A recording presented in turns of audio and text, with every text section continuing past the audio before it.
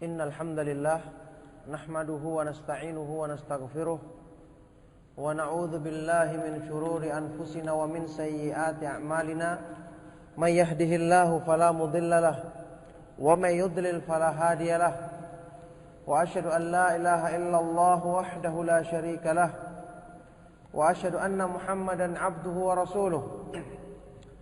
Ya ayyuhalladzina amanu taqullaha haqqa tuqatih wa la tamutunna illa wa antum muslimun. Ya ayyuhan nasu taqu rabbakumul ladzi khalaqakum min nafsin wahidah wa khalaqa minha zawjaha wa batha minhuma rijalan katsiran wa nisaa'a wattaqullaha alladzi tasaaluna bihi wal arham innallaha kana 'alaikum raqiba. Ya ayyuhalladzina amanu taqullaha wa qulu qawlan sadida yuslih lakum a'malakum wa yaghfir lakum dhunubakum wa may yuti'illaha wa rasulahu faqad faza fawzan 'azima. Amma ba'du fa inna asdaqal hadits kitabullah wa khairal hadi hadi Muhammadin sallallahu alaihi wa alihi wasallam wa syarrul umuri muhdatsatuha wa kullu muhdatsatin bid'ah wa kullu bid'atin dhalalah wa kullu dhalalatin finnar. Ayyuhal ikhwatu fillah, ikhwani wa akhwati fillah, hafizakumullah. Alhamdulillah, kembali pada pagi hari ini kita tidak henti-hentinya memanjatkan syukur atas semua limpahan nikmat yang Allah Subhanahu wa taala berikan kepada kita, atas besarnya karunia yang Allah Subhanahu wa taala anugerahkan kepada kita dengan diberikan kepada kita hidayah untuk bisa menempuh jalan Islam, dan di dalam Islam untuk bisa menempuh jalan sunnah Rasulullah sallallahu alaihi wasallam dan para sahabatnya. Kita syukuri nikmat yang besar ini dengan tetap kita mengakui bahwa kita kurang dalam membalas besarnya hidayah ini, dan mengakui kurangnya kita dalam mengamalkan perintah Allah Subhanahu wa taala.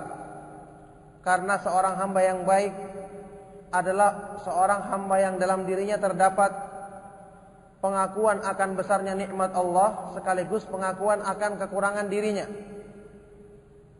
Oleh karena itulah dua sifat ini yang menjadi inti dari sebuah zikir atau sebuah lafaz istighfar yang dikenal sebagai sayyidul istighfar, istighfar yang paling utama atau penghulunya istighfar, yang disebutkan oleh Rasulullah sallallahu alaihi wasallam dalam sebuah hadis yang sahih yang insyaallah kita kenal semua, yaitu lafaz yang menunjukkan hal ini: abu'u laka bi ni'matika alayya wa abu'u bi dzambi.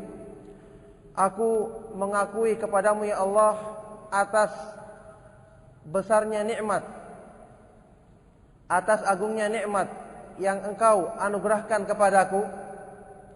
Wa abu'u laka bi ni'matika wa abu'u bi dzambi, dan aku mengakui bagimu ya Allah akan dosa-dosaku dan kurangnya aku dalam menunaikan syukur atas nikmat yang besar yang Engkau anugerahkan tersebut. Jadi dua sifat inilah yang senantiasa kita bawa. Dua sifat inilah yang senantiasa kita hadirkan dalam diri kita setiap saat.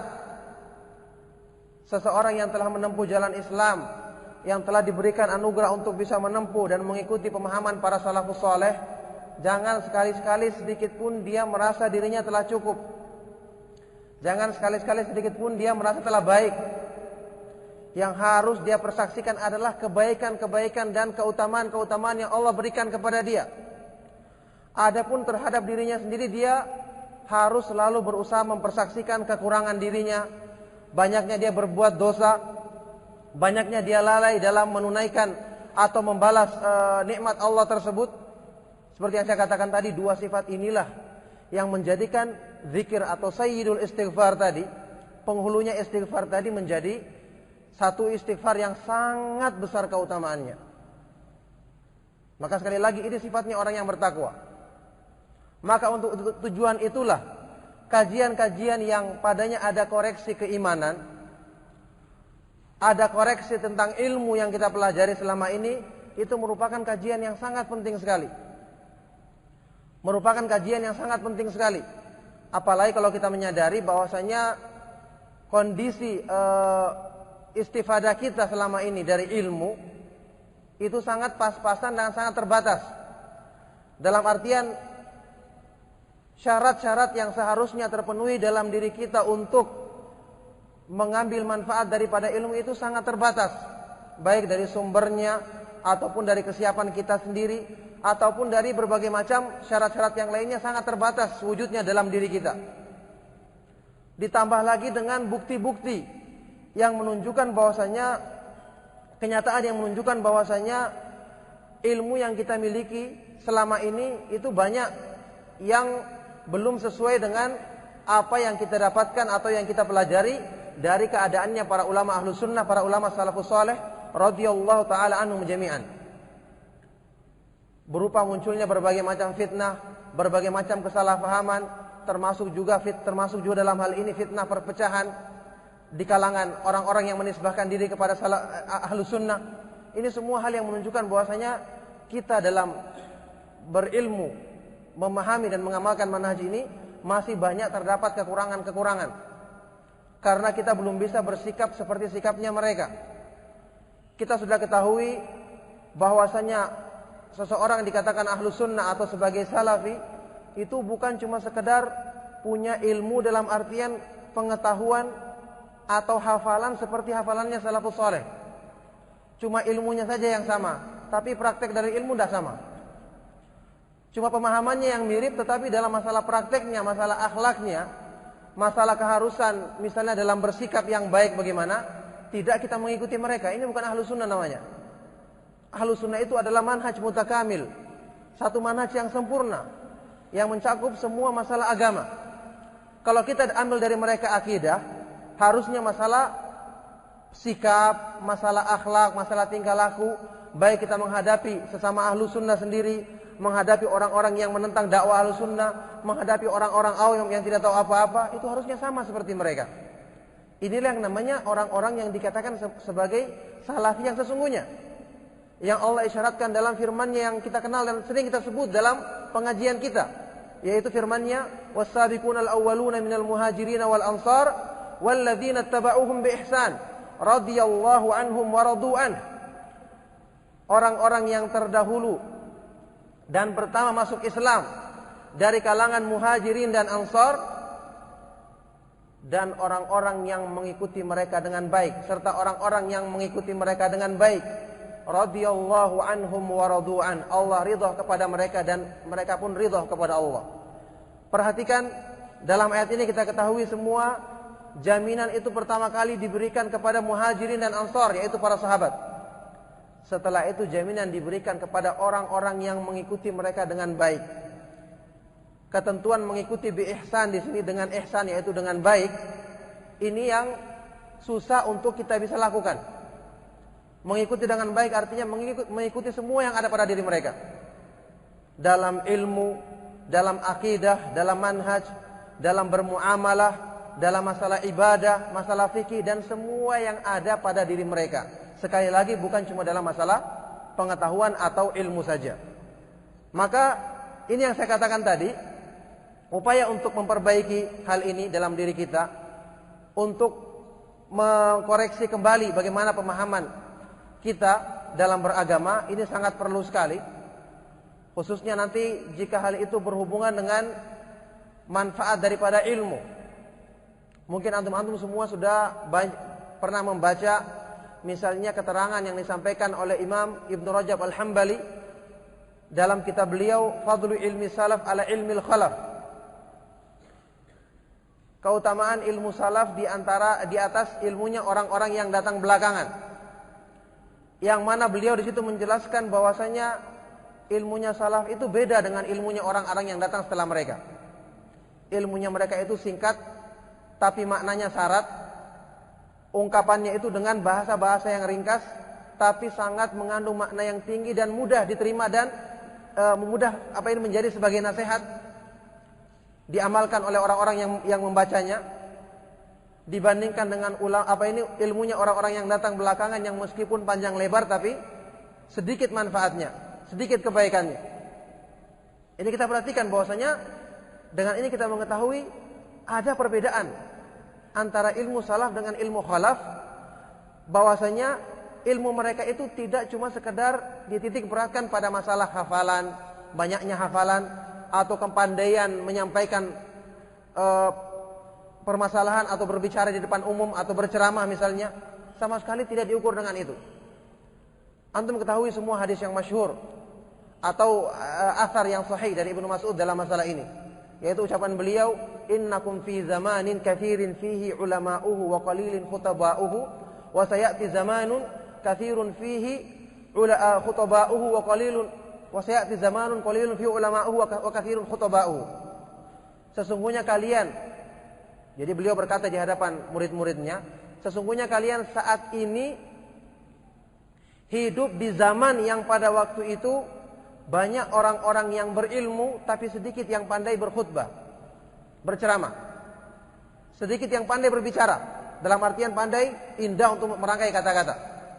Dan nanti di akhir zaman akan datang satu masa yang pada waktu itu banyak orang-orang yang pandai berbicara, pandai berceramah, pandai menyampaikan kalimat, akan tetapi sedikit orang-orang yang benar-benar berilmu di antara mereka.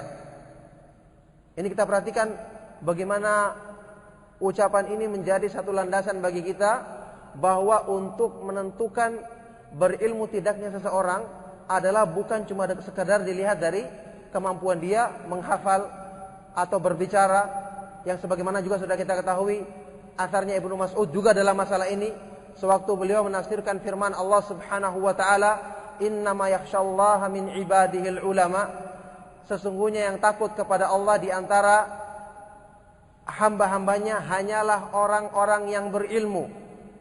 Dibatasi dalam ayat ini, takut itu hanya mungkin dicapai dengan ilmu, ilmu yang memberikan manfaat. Artinya kalau ada orang yang berilmu kemudian tidak ada takut dalam dirinya, berarti ilmu ini bukan ilmu yang bermanfaat. Maka dalam hal ini Ibnu Mas'ud mengatakan beliau mengatakan, laisal ilmu bikathratir riwayah wa innamal ilmu khasyatullah.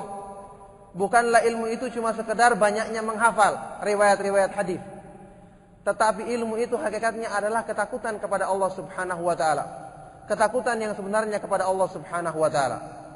Maka tidak salah kalau misalnya para ulama menerangkan tentang ayat tadi, seperti Syekh Abdurrahman As-Sa'di dengan mengatakan wa huwa wa fihi dalilun ala fadilatil ilmi fa innahu da'in ila khasyatillah. Dalam ayat ini terdapat dalil yang menunjukkan keutamaan ilmu, karena ilmu itu dialah yang mengajak kepada ketakutan yang sempurna yang sebenarnya kepada Allah Subhanahu wa taala. Nah, kita perhatikan di sini ternyata banyak yang perlu dikoreksi dalam diri kita sehubungan dengan masalah ilmu. Kita bisa bertanya dalam diri-diri kita, sudah berapa lama kita belajar? Sudah berapa lama kita mengikuti kajian salaf? Tapi sudah sejauh mana juga kita bertanyakan, sejauh mana rasa takut dalam diri kita muncul ketika kita beribadah kepada Allah? Sudah sejauh mana kita rasakan iman kita bertambah dengan ilmu ini misalnya? Maka jawabannya banyak di antara kita yang belum bisa merasakan hal tersebut terwujud nyata dalam diri kita. Kemudian bahkan dengan kondisi yang seperti ini kita masih berani merasa dalam diri kita bahwa kita lah yang dimaksud dengan orang-orang yang mengikuti ulama Ahlussunnah dengan sebaiknya. Maka ini adalah satu hal yang perlu kita pertanyakan. Maka demikianlah ayyuhal ikhwatu fillah, ikhwani wa akhwati fid din, waffaqakumullah, tujuannya kita berusaha untuk sering-sering menyelenggarakan pengajian-pengajian yang berusaha untuk kembali kepada koreksi diri. Ini merupakan masalah yang sangat penting sekali, yang sangat kita lupakan, banyak kita lupakan dalam kajian-kajian kita, sehingga setelah itu wajar kalau kemudian banyak muncul masalah-masalah di kalangan orang-orang yang menisbahkan diri kepada pemahaman Ahlussunnah itu sendiri. Maka kajian yang akan kami bawakan insyaallah pada pagi hari ini kurang lebih juga intinya adalah berhubungan dengan masalah bagaimana berupaya untuk mengambil manfaat sempurna dari ilmu yang kita pelajari. Karena salah satu di antara tanda ilmu yang bermanfaat yang diterangkan oleh para ulama salaf adalah apa yang disebutkan dalam tema kita pada kajian hari ini. Tema kajian kita pada hari ini, yaitu indahnya Islam dan manisnya iman. Sebagaimana hal ini disebutkan dalam sebuah athar yang sahih dari sahabat yang mulia Ali bin Abi Thalib radhiyallahu taala anhu. Ali bin Abi Thalib radhiyallahu taala anhu ketika beliau memberikan nasihat kepada seorang tabi'in, Humail ibnu Ziyad rahimahullahu taala, yang athar ini dinukil oleh para ulama, diantaranya oleh Ibnu Qayyim dalam kitab Miftahu Daris Sa'adah, sekaligus disahihkan oleh beliau dengan menukil juga pensahihan dari Al-Khatib Al-Baghdadi terhadap athar ini. Ucapan Ali bin Abi Thalib kepada Humail ibnu Ziyad ini adalah ucapan yang panjang. Di antaranya di awalnya beliau mengatakan, an-nasu thalathah, alimun rabbaniyun wa muta'allimun ala sabilin najah wa hamajur ra'a atba'u kulli na'ik ila akhir kalamihi. Manusia itu terbagi 3 golongan. Yang pertama, alimun rabbani, seorang alim yang benar-benar mengamalkan ilmunya. Yang kedua, muta'allimun ala sabilin najah, seseorang yang muta'allim, yang mempelajari ilmu, yang dia ini juga berada di atas jalan keselamatan. Dan yang ketiga adalah orang-orang yang awam, yang berpaling daripada ilmu. Kemudian dalam satu nasihat yang panjang ini, diantaranya sewaktu beliau menjelaskan tentang keutamaan ilmu, bagaimana pengaruh ilmu itu dalam membawa pemiliknya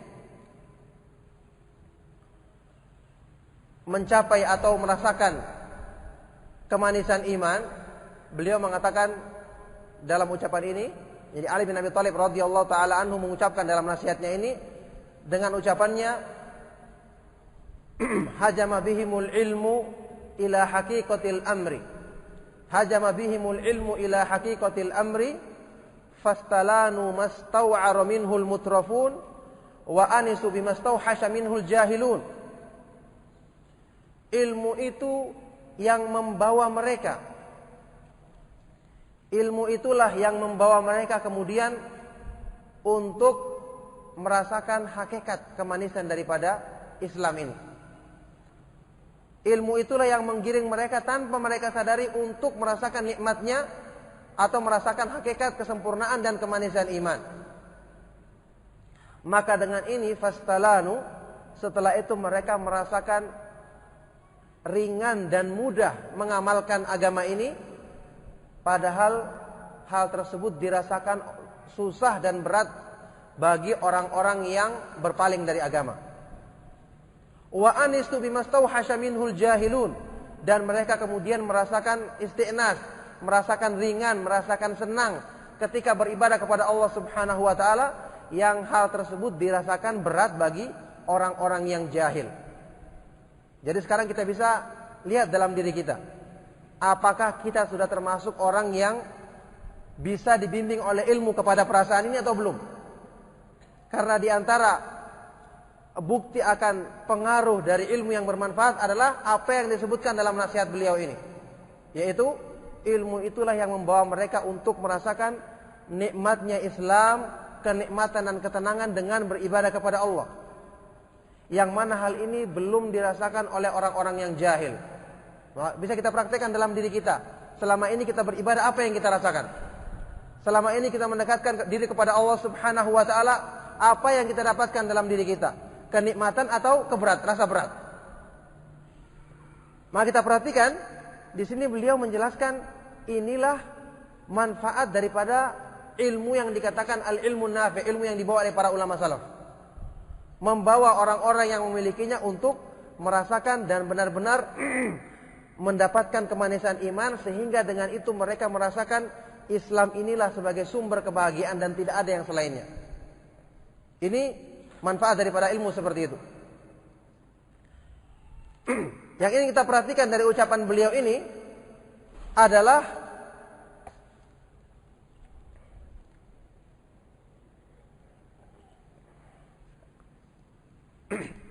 beliau mengisyaratkan di sini bahwasanya para ulama tersebut atau orang-orang yang berilmu tersebut dalam menjalankan kehidupannya, mempelajari ilmu kemudian mengamalkannya, maka ilmu itu sendirilah yang kemudian membawa mereka tanpa mereka sadari. Sedikit demi sedikit berubah, kemudian sampailah mereka kepada apa yang disebutkan sebagai hakikatul amri, hakikat daripada Islam, yaitu kesempurnaan iman, kesempurnaan Islam yang terwujud dalam kebahagiaan dan ketenangan hidup serta kenikmatan ketika seseorang itu beribadah dan mendekatkan diri kepada Allah Subhanahu wa taala. Ini sekali lagi saya kira merupakan satu hal yang mudah untuk kita ucapkan, tapi saya yakin masih banyak di antara kita yang belum bisa merasakannya. Banyak di antara kita yang belum merasakannya.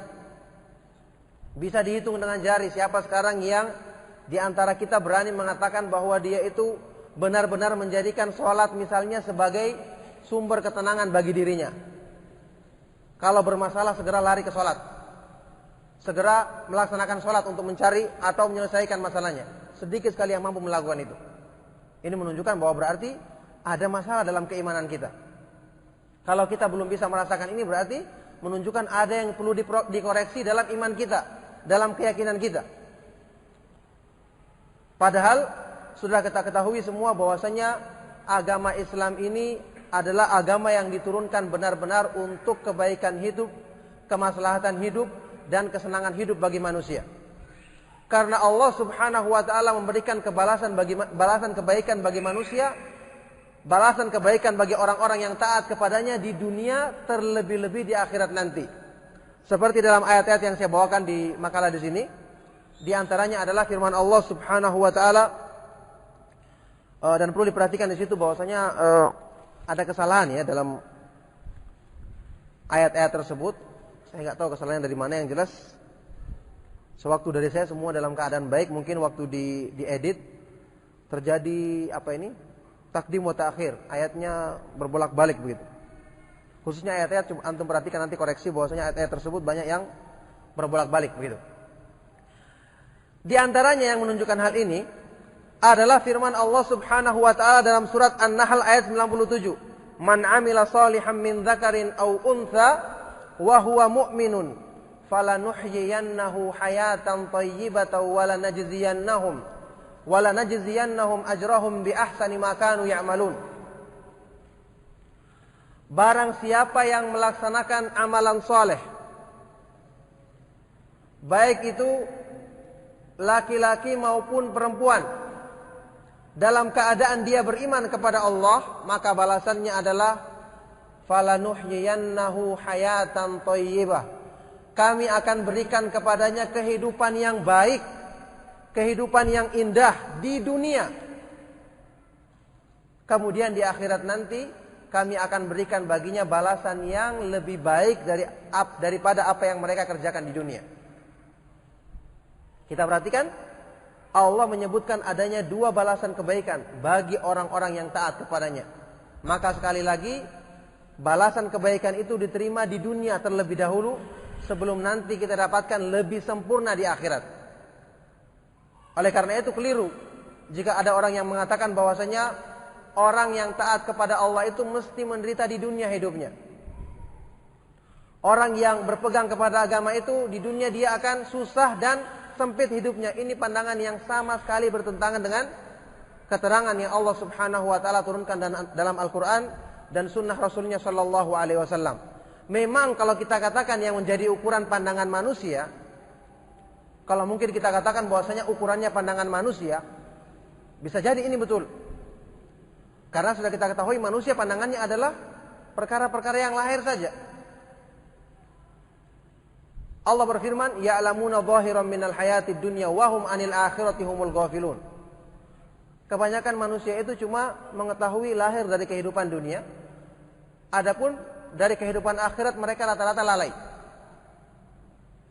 Jadi kalau manusia yang memandang, mereka akan mengatakan, orang ini susah sekali hidupnya. Kerjanya cuma ibadah, kerjanya cuma mendekatkan diri kepada Allah, tidak ada kegiatan yang lain.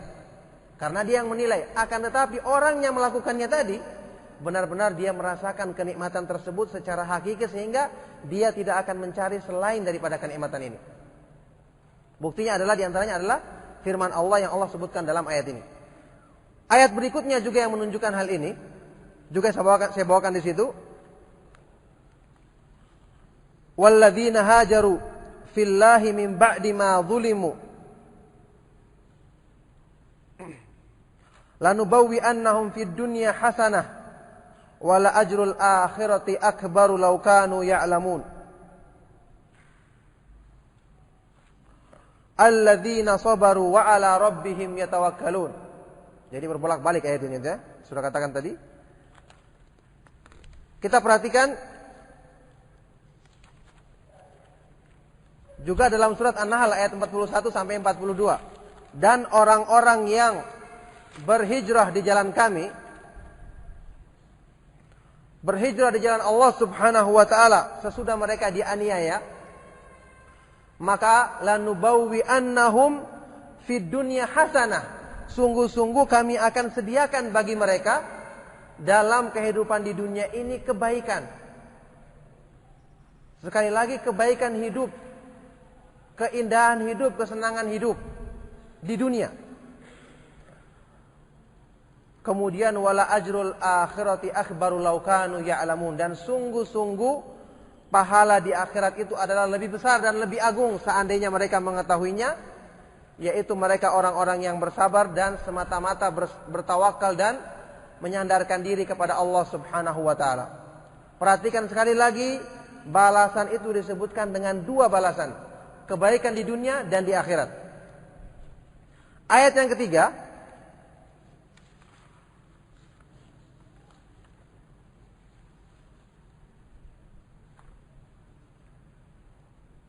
Allah berfirman dalam surat Hud ayat ketiga, wa anistaghfiru rabbakum thumma tubu ilaihi yumatti'kum mata'an hasanan ila ajalin musamma wa yu'ti kulladzi fadlin fadlah. Dan hendaknya kalian meminta ampun kepada Rabbmu dan bertobat kepadanya, yumatti'kum, maka kalau kalian mengerjakan ini, maka dia akan memberikan kepadamu satu kehidupan yang indah dan menyenangkan di dunia sampai pada waktu yang telah ditentukannya. Kemudian wa yu'ti kulladzi fadlin fadlah, dan Allah Subhanahu wa taala memberikan kepada setiap orang-orang yang memiliki mengerjakan kebaikan, memiliki keutamaan, Allah berikan padanya dengan balasan keutamaan juga di akhirat nanti. Ini juga jelas sekali nas yang menunjukkan adanya dua balasan ini. Kemudian ayat yang keempat adalah firman Allah Subhanahu wa taala dalam surat Az-Zumar ayat ke-10. Qul ya ibadiyalladzina amanu taqu rabbakum lilladzina ahsanu fi hadhihi dunya hasanah wa ardullahi wasi'atun innama yuwaffas sabiruna ajrahum bighairi hisab. Katakanlah, wahai hamba-hambaku yang beriman, bertakwalah kalian kepada Rabbmu. Sesungguhnya orang-orang yang berbuat baik di dunia ini, dia akan mendapatkan kebaikan di dunia.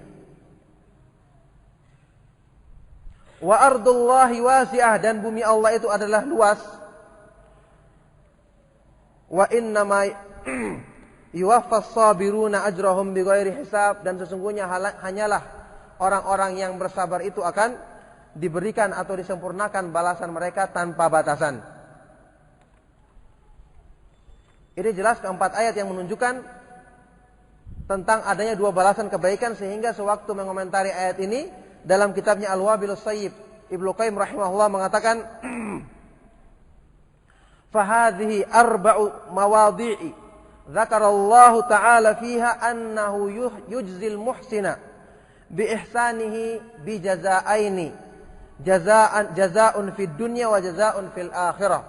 Dalam keempat ayat dalam Al-Qur'an ini Allah Subhanahu wa taala menyebutkan bahwasanya Dia akan memberikan balasan kebaikan bagi orang-orang yang berbuat kebaikan dengan dua balasan, yaitu balasan di dunia dan di akhirat nanti. Nah, ini kita perhatikan sesuatu yang seharusnya memberikan motivasi kepada kita untuk semakin berpegang kepada manhaj salaf dalam ilmu dan amal. Karena ternyata kalau kita balasan yang besar yang kita akan dapatkan dengan ini adalah kebaikan yang disediakan bagi kita seperti ini. Nah, oleh karena itu sekali lagi, seseorang yang ingin menyempurnakan dalam dirinya balasan kebaikan ini, maka hendaknya dia berusaha untuk menyempurnakan juga dalam dirinya pengamalan terhadap syariat Allah Subhanahu wa taala. Karena mestinya nanti balasan kebaikan ini, ketenangan hidup, kenikmatan hidup yang dirasakannya dalam beragama dengan berpegang kepada agama Allah Subhanahu wa taala juga tergantung dari sejauh mana dia mengikuti syariat ini. Maka masing-masing manusia jelas ada yang merasakan kebahagiaan hidup di dunia cuma setengah saja misalnya. Ada yang cuma seperempatnya misalnya. Ada yang cuma 3/4 dan ada yang sempurna, tergantung dari kekuatan atau sedikit besarnya kemauan dan keteguhan dia dalam berpegang teguh dan menjalankan agama ini. Makanya Allah berfirman dalam Al-Quran juga tentang masalah ini. Dalam firman-Nya, ya ayyuhalladzina amanu stajibu lillahi walir rasuli idza da'akum lima yuhyikum. Wahai orang-orang yang beriman, penuhilah seruan Allah dan Rasul-Nya yang mengajak kamu kepada apa yang bisa memberikan kehidupan yang baik bagimu.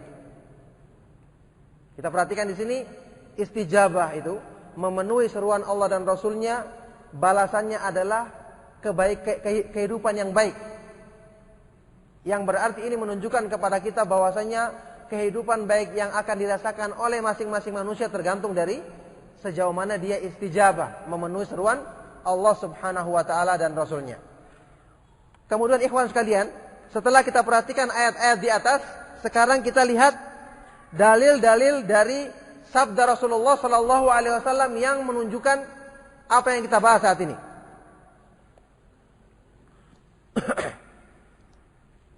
Saya tambahkan di situ dalam keterangan di sini bahwasanya lebih jelas lagi dalam kebanyakan ayat-ayat Al-Qur'an Allah Subhanahu wa taala menyebutkan penafian segala sesuatu yang mengesankan susah dan berat dalam agama Islam ini. Misalnya Allah berfirman dalam Al-Qur'an, yuridullahu bikumul yusra wa la yuridu bikumul usra. Allah menghendaki kemudahan bagimu dan Dia tidak menghendaki kesulitan bagimu. Wa ma ja'ala 'alaikum fid dini min haraj. Allah Subhanahu wa taala tidaklah menjadikan bagimu dalam agama ini sesuatu yang memberatkan. Ini juga dalil yang menunjukkan apa yang kita terangkan tadi. Kemudian dalil berikutnya adalah bagaimana Al-Qur'an dan Sunnah menggambarkan tentang agama Islam ini. Menggambarkan tentang Islam dan iman. Di antaranya firman Allah Subhanahu wa taala dalam surat An-Nahl ayat 89 yang saya bawakan juga di situ. Wa nazzalna 'alaikal kitaba, juga terbalik ayatnya ya, perhatikan. Wa nazzalna 'alaikal kitaba tibyanan likulli syai'in wa hudaw wa rahmatan wa busyra lil muslimin. Dan kami telah turunkan kepadamu Alkitab, yaitu Al-Quran ya Rasulullah, sebagai penjelas segala sesuatu, sebagai petunjuk, rahmat dan kabar gembira bagi orang-orang yang berserah diri kepada Allah Subhanahu wa taala. Kita perhatikan, Al-Quran disifati sebagai kabar gembira, sebagai rahmat, sebagai petunjuk. Kita sepakati semua lafaz-lafaz ini, semua ungkapan-ungkapan ini tidak ada satupun yang mengesankan sesuatu yang bermakna susah atau berat. Kabar gembira artinya sesuatu yang menyenangkan. Petunjuk, kemudian rahmat, semua kita sepakati artinya jauh dari hal-hal yang menunjukkan keberatan atau kesusahan. Juga dalam sekian banyak ayat yang lainnya yang tidak perlu kita baca semua, sebagaimana misalnya Allah menggambarkan Al-Quran sebagai syifa, sebagai obat bagi penyakit manusia. Juga Rasulullah SAW dikatakan sebagai rahmatan lil alamin, atau sifat-sifat yang lainnya yang sekali lagi semua menunjukkan, menggambarkan kepada kita bahwasanya Islam ini pada hakikatnya merupakan agama yang benar-benar diturunkan untuk memberikan kebahagiaan hidup dan kesenangan hidup di dunia bagi manusia, bagi orang-orang yang mengamalkannya. Kita kembali kepada hadis-hadis Rasulullah SAW. Hadis-hadis Rasulullah SAW bagaimana menggambarkan tentang iman dan Islam. Di antara yang saya bawakan di situ adalah dua hadis. Yang pertama hadis yang masyhur dan kita kenal, yang terdapat dalam Sahih Bukhari dan Muslim. Sabda Rasulullah SAW, "Thalathun man kunna fihi wajada bihinna halawatal iman." Ada 3 perkara, barang siapa memiliki 3 perkara ini, maka dia akan mendapatkan manisnya iman. Subhanallah, sekali lagi iman itu digambarkan sebagai sesuatu yang manis, sebagai sesuatu yang indah. Allah Subhanahu wa taala waktu menyifati para sahabat Rasulullah SAW, bagaimana Allah mengatakan? Allah berfirman, "Walakinnallaha habbaba ilaikumul imana wa zayyanahu fi qulubikum wa karraha ilaikumul kufra wal fusuqa wal isyan." Akan tetapi Allah menjadikan kalian wahai para sahabat cinta kepada keimanan dan menjadikan iman itu indah sebagai hiasan dalam hatimu. Zayyana artinya menjadikannya indah atau menjadikannya hiasan dalam hati. Kemudian wa karraha ilaikumul kufra wal fusuqa wal isyan, dan Allah menjadikan kalian benci terhadap kekafiran, kefasikan dan perbuatan maksiat. Ini kita perhatikan, demikian keadaan iman yang sebenarnya. Demikian gambaran keadaan iman yang sebenarnya. Hadis yang kedua adalah juga hadis yang terdapat dalam Sahih Muslim. Rasulullah sallallahu alaihi wasallam bersabda, "Dzaqa ta'mal iman man radiya billahi rabban wa bil islami dinan wa bi Muhammadin sallallahu alaihi wasallam rasulah." Akan merasakan kelezatan iman orang yang ridha kepada Allah sebagai Rabb-Nya dan ridha kepada Nabi Muhammad sallallahu alaihi wasallam sebagai nabinya dan kepada agama Islam sebagai agamanya. Ini juga sekali lagi iman yang sempurna itu disebutkan dengan ta'mal iman, kelezatan iman, kenikmatan iman. Nah, ini kita perhatikan benar-benar ungkapan-ungkapan dari hadis-hadis Rasulullah SAW tentang masalah ini menunjukkan kepada kita sekali lagi bukti yang menunjukkan bahwa agama Islam ini benar-benar adalah agama yang manis, agama yang indah bagi orang-orang yang mengamalkannya. Kemudian lebih jelas juga saya bawakan di situ hadis Rasulullah SAW yang menunjukkan bahwa para sahabat beliau atau sebelumnya Rasulullah SAW dalam beberapa sabda-sabda beliau menunjukkan bahwa beliau SAW memang termasuk jelas orang yang paling pertama kali merasakan hal tersebut. Di antaranya salat. Saya bawakan di sini beberapa hadis yang menunjukkan bahwasanya Rasulullah SAW menggambarkan salat itu sebagai sesuatu yang indah, sesuatu yang mendatangkan kegembiraan bagi beliau SAW. Sabda beliau dalam hadis yang sahih riwayat Imam Ahmad di bawah yang saya bawakan, beliau mengatakan wa ju'ilat qurratu aini fis shalah, dan dijadikan kesenangan bagiku, dijadikan hal yang bisa mendatangkan kesenangan bagiku ketika aku melaksanakan salat. Juga sabda beliau dalam hadis yang sahih kepada Bilal radhiyallahu anhu, arihna bis salati ya Bilal, berikanlah kesenangan kepada kami dengan melaksanakan salat wahai Bilal. Kemudian para sahabat Rasulullah sallallahu alaihi wasallam di antara sebab utama yang meneguhkan iman mereka, yang menjadikan teguhnya iman mereka sampai di akhir hayat, padahal cobaan-cobaan yang demikian besar mereka hadapi, adalah juga karena telah masuknya kenikmatan iman ini dalam hati mereka. Perhatikan hadis yang sahih dalam Sahih Bukhari, saya bawakan juga di situ. Kisah tentang dialognya Abu Sufyan radhiyallahu anhu sewaktu dia belum masuk ke dalam Islam, ketika dia menghadap Raja Romawi Heraklius pada waktu itu. Yang mana sudah kita ketahui pada waktu itu Heraklius bertanya kepada dia tentang beberapa keterangan-keterangan untuk menguji apakah orang yang mengaku nabi ini benar sebagai nabi atau bukan. Dia sampaikan pertanyaan-pertanyaan yang kemudian dijawab dengan jujur oleh Abi Sufyan radhiyallahu taala anhu.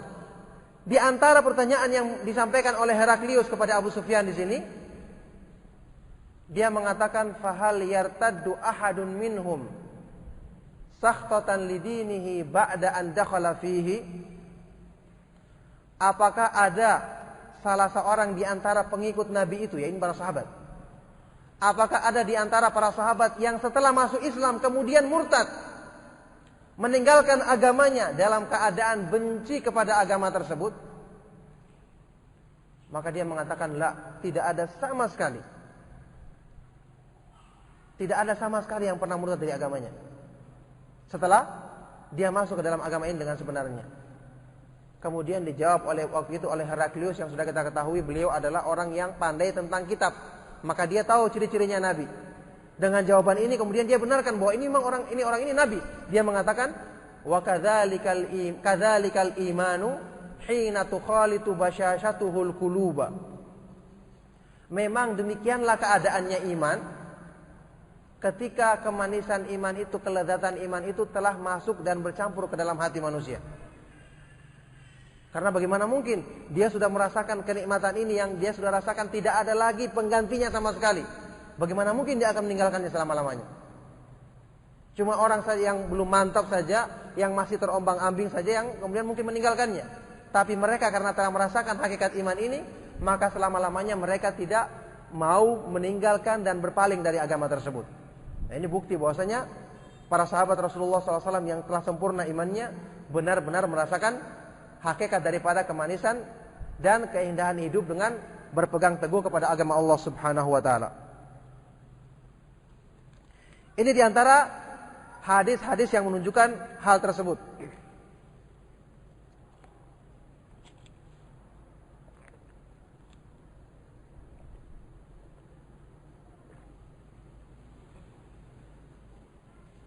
Setelah itu juga kita perhatikan keterangan ini dari ucapan para ulama salafus saleh. Sebenarnya ada banyak keterangan-keterangan yang kalau kita rujuk di ucapannya Ibnu Qayyim misalnya, kita dapati sekitar 5 atau 6 nukilan dari para salaf yang mereka menggambarkan bagaimana kenikmatan hidup yang mereka rasakan dengan mengilmui dan mengamalkan agama ini dengan sebaik-baiknya. Yang saya bawakan di sini 2 di antaranya. Pertama, ucapan salah seorang ulama Ahlus Sunnah, ulama salaf yang dinukil oleh Ibnu Qayyim dalam beberapa kitab beliau, yang mana ulama ini mengatakan lau alimal muluku wa abnaul muluki ma nahnu fihi lajaladuna alaihi bisuyufihim. Seandainya para raja dan para putra-putra raja, yakni para pangeran, seandainya mereka itu mengetahui kenikmatan yang kami rasakan dalam beragama, dalam memahami dan menjalankan agama Islam ini, maka pasti mereka akan merebut kenikmatan tersebut dengan sekuat-kuatnya dari kami dengan pedang-pedang mereka. Ini kita perhatikan, beliau ingin mencontohkan atau memperbandingkannya dengan orang yang dianggap oleh kebanyakan manusia paling senang hidupnya, yaitu para raja, karena mereka punya harta, punya kekuasaan, punya kenikmatan dunia. Orang ini ulama ini ingin membandingkan bahwasanya seandainya para raja itu mengetahui yang mereka itu mungkin menganggap dirinya lah yang paling senang hidupnya, seandainya mereka mengetahui ada kesenangan yang benar-benar hakiki seperti yang kami rasakan, kata dia, dengan mengilmui dan mengamalkan agama ini, maka pasti mereka akan merebut kenikmatan tersebut sekuat tenaga dengan pedang-pedang mereka. Tapi karena mereka tidak mengetahui, maka mereka tidak melakukan itu. Karena memang yang merasakannya adalah benar-benar orang yang berpegang teguh dan mengamalkan Islam ini dengan sebaik-baiknya. Berikutnya juga adalah ucapan dari Syekhul Islam Ibnu Taimiyah rahimahullah taala.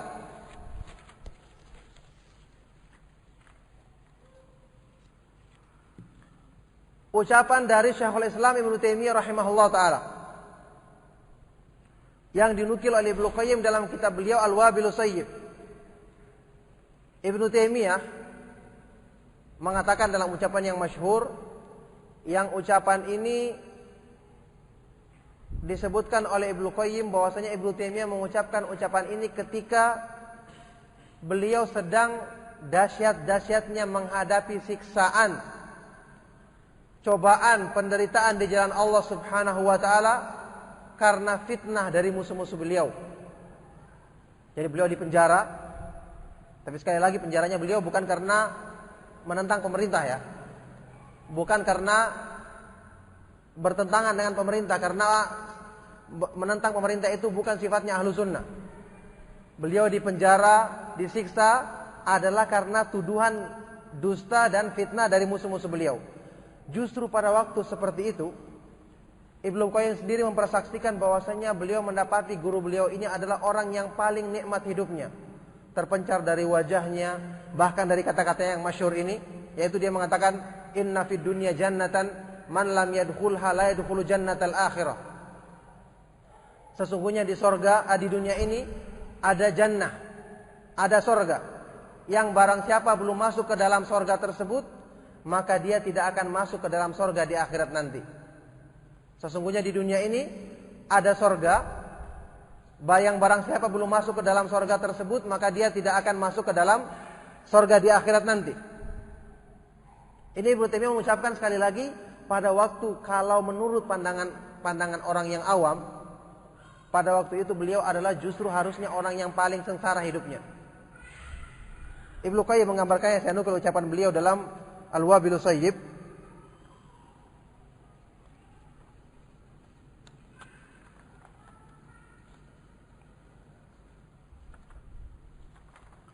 Wa alimallahu, beliau mengatakan wa alimallahu ma ra'aitu ahadan atyabu 'ishan minhu qattu ma'a ma kana fihi min dhikil 'ishi wa khilafir rafahiyyati wan na'imi bal didduha wa ma'a ma kana fihi min al-habsi wat tahdidi wal irhaq wa huwa ma'a dhalika min atyabin nasi 'ishan wa ashrahuhum sadran wa aqwahum qalban wa sarruhum nafsan.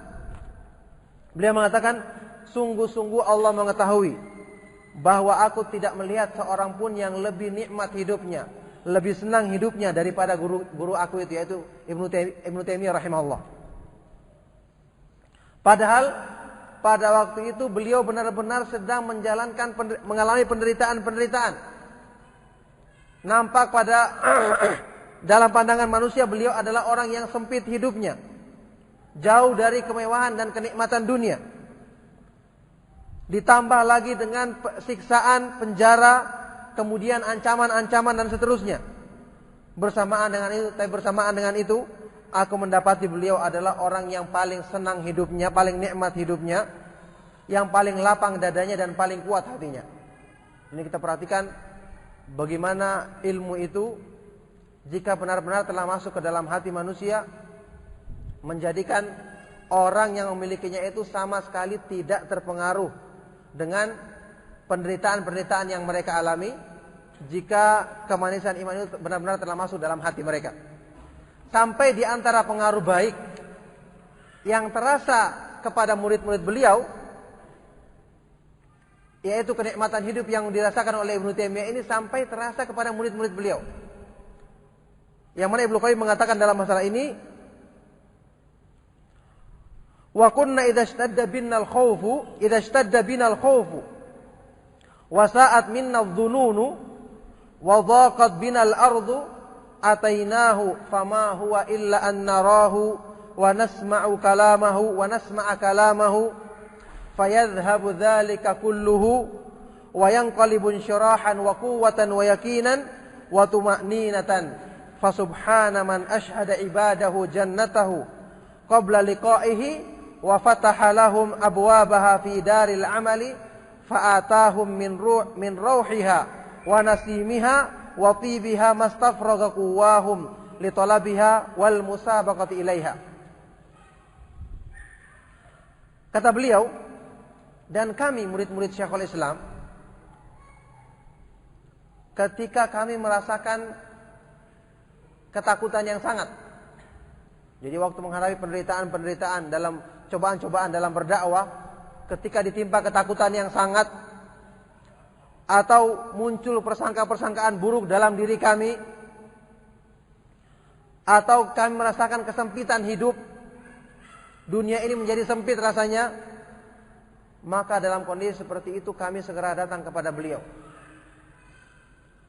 Maka hanya ketika kami melihat beliau dan mendengarkan ucapan nasihat beliau, maka serta-merta hilang semua perasaan-perasaan yang kami rasakan itu.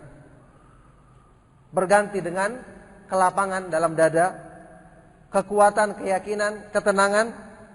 Maka segala puji bagi Allah yang mempersaksikan kepada hamba-hambanya surganya di dunia, sebelum nanti mereka bertemu Allah Subhanahu wa taala di akhirat.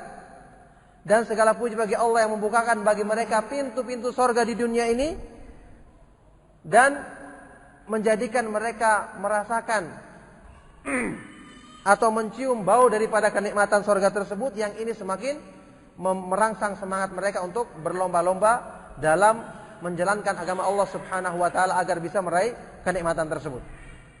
Nah, kita perhatikan di sini manfaat daripada ilmu tersebut yang dirasakan oleh Ibnu Taimiyah juga berpengaruh kepada murid-murid beliau rahimahumullah taala. Maka di sini salah satu hal yang sekali lagi menunjukkan kepada kita bahwasanya ilmu jenis seperti inilah yang benar-benar bisa memberikan pengaruh baik kepada orang yang memilikinya, bahkan orang-orang yang di sekitarnya. Makanya kalau kita mencari apa yang dianjurkan oleh para ulama sewaktu kita mencari pembimbing, mencari seorang yang kita berguru kepadanya, mengambil ilmu kepadanya, kita harus berusaha semaksimal mungkin untuk mencari orang yang jenisnya seperti ini. Karena orang yang jenisnya seperti ini adalah orang-orang yang dijadikan keberkahan padanya dimanapun dia berada. Seperti ucapannya Nabi, wa ja'alani mubarakan haitsu ma kunt. Allah menjadikan aku ini diberkahi dimanapun aku berada. Diberkahi bagi dirinya dan bagi orang-orang di sekitarnya. Nah, olehnya itu sudah kita ketahui, para ulama salaf menganjurkan kepada kita untuk selalu memperhatikan, menyeleksi siapa orang yang kita berguru kepadanya, mengambil ilmu darinya. Karena orang-orang yang baik, yang benar-benar memiliki ilmu dan mengamalkannya, itu pengaruhnya terhadap orang-orang di sekitarnya dalam hal memudahkan masuknya takwa dalam diri mereka, menyempurnakan iman mereka, ini sangat besar sekali. Bahkan ini lebih besar pengaruhnya dari cuma sekedar ceramah atau ucapan, anjuran yang bersifat ucapan atau ceramah. Para ulama mengatakan annal iktida bil ahwali wal a'mali ablaghu minal iktida'i bil aqwal. Bahwasanya mengambil contoh dari keadaan dan perbuatan itu lebih besar pengaruhnya daripada cuma sekedar mengambil contoh dalam ucapan atau perkataan. Maka orang-orang seperti inilah yang dimaksud misalnya dalam sabda Rasulullah sallallahu alaihi wasallam dalam sebuah hadis yang hasan, beliau mengatakan inna minan nasi nasan mafatihul lil khairi maghaliqul lisyarr. Sesungguhnya di antara manusia ada orang-orang yang keberadaan mereka itu sebagai pintu-pintu atau pembuka pintu-pintu kebaikan sekaligus penutup pintu-pintu kejelekan. Jadi keberadaan mereka itu memberikan kebaikan kepada orang di sekitarnya sebagai pembuka pintu-pintu kebaikan sekaligus penutup pintu-pintu kejelekan. Maka hal yang seperti ini, mencari mereka-mereka itu minimal, kalau kita tidak dapatkan wujud mereka di alam nyata, mereka sudah meninggal dunia misalnya, minimal kita baca biografi mereka. Membaca biografinya para nabi, kemudian para rasul dan orang-orang yang soleh sebelum kita ini termasuk dalam masalah ini. Dalam upaya untuk mengambil contoh dari mereka adalah termasuk upaya untuk mendapatkan pengaruh dari kebaikan-kebaikan dan keberkahan yang Allah Subhanahu wa taala berikan kepada mereka. Jadi demikian ucapan dari Ibnu Taimiyah rahimahullah, yang sekali lagi ucapan ini menunjukkan kepada kita bahwasanya apa yang kita sebutkan dalam tema pembahasan kita kali ini, yaitu hakikat indahnya Islam, manisnya iman, merupakan satu hal yang benar-benar terbukti dalam Al-Quran, Sunnah, kemudian ucapan dari para salafus saleh radhiyallahu taala anhum ajmain. Jika kita hubungkan ucapan ini dengan nasihat Ali bin Abi Thalib, kita dapati sekali lagi yang mampu dengan taufik dari Allah Subhanahu wa taala untuk membawa kita kepada keadaan ini, untuk merasakan ini, adalah ilmu yang bermanfaat. Sekali lagi, ilmu yang bermanfaat, ilmu yang benar-benar memberikan manfaat dengan masuk ke dalam hati kita, kemudian merubah hati kita, membersihkan keimanan kita untuk kemudian kita merasakan hal ini. Makanya beliau mengatakan tadi, hajama bihimul ilmu ila haqiqatil amri. Ilmu itulah yang membawa mereka kemudian untuk merasakan hakikat daripada kemanisan iman tersebut.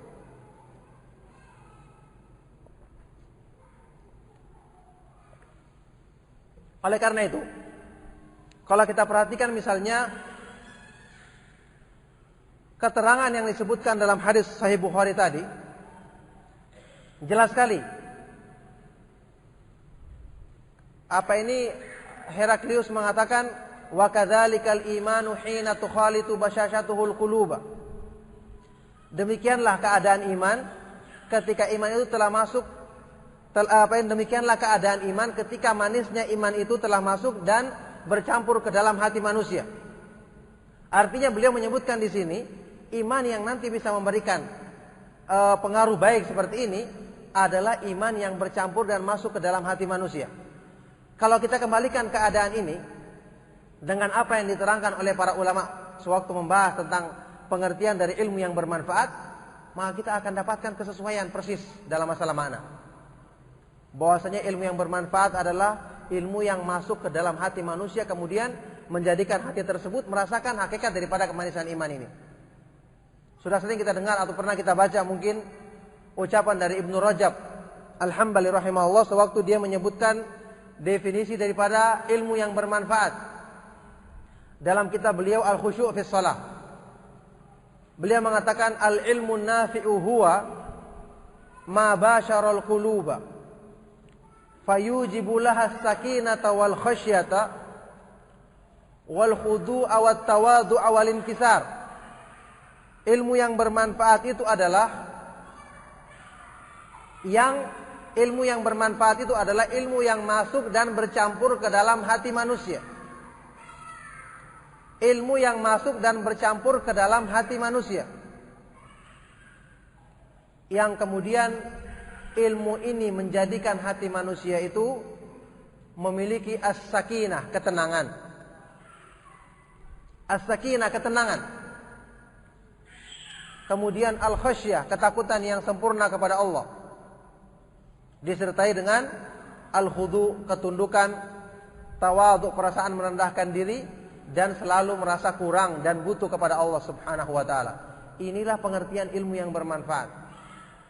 Jadi sekali lagi, kalau ilmu yang kita pelajari jenisnya ini, maka dengan mudah kita mencapai apa yang kita terangkan tadi berupa hakikat kemanisan dan keindahan Islam. Akan tetapi, jika ilmu yang kita pelajari itu cuma sekedar ilmu yang nampak secara lahir saja, maka jelas ini tidak akan bisa selama-lamanya membawa kita kepada apa yang kita terangkan tadi sebagai hakikat kemanisan dan keindahan Islam. Oleh karena itu, dalam hal ini para ulama diantaranya menyebutkan sewaktu menjelaskan tentang fungsi daripada ilmu yang kita pelajari dalam upayanya untuk menyembuhkan penyakit hati kita sehingga hati itu mudah untuk dimasuki dimasuki iman yang sempurna, dengan mengambil dalil firman Allah Subhanahu wa taala yang juga saya nukilkan di sini dari keterangan Ibnu Qayyim dalam Miftahu Daris Sa'adah. Allah Subhanahu wa taala berfirman,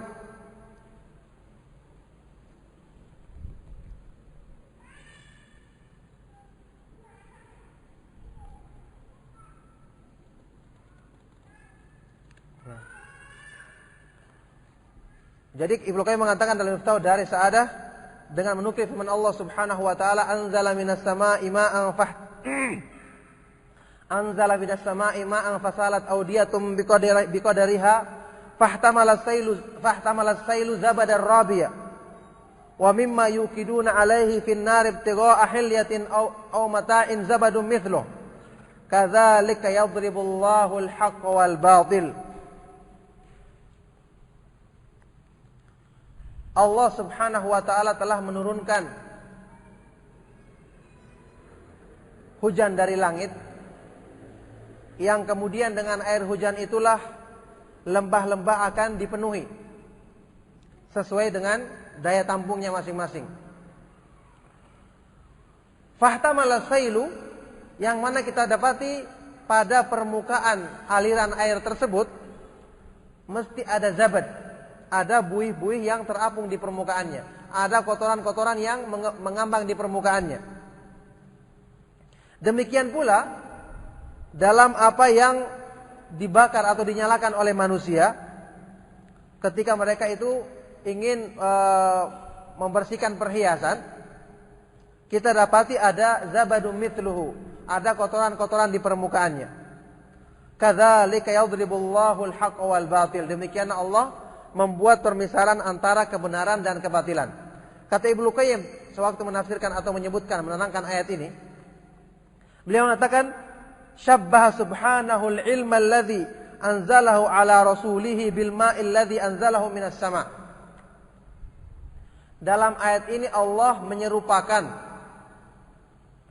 ilmu yang dia turunkan kepada Rasulnya sallallahu alaihi wasallam seperti hujan yang baik yang Allah Subhanahu wa taala turunkan ke dunia ini. Dan ini sudah kita ketahui, ada hadis dari riwayat Bukhari Muslim.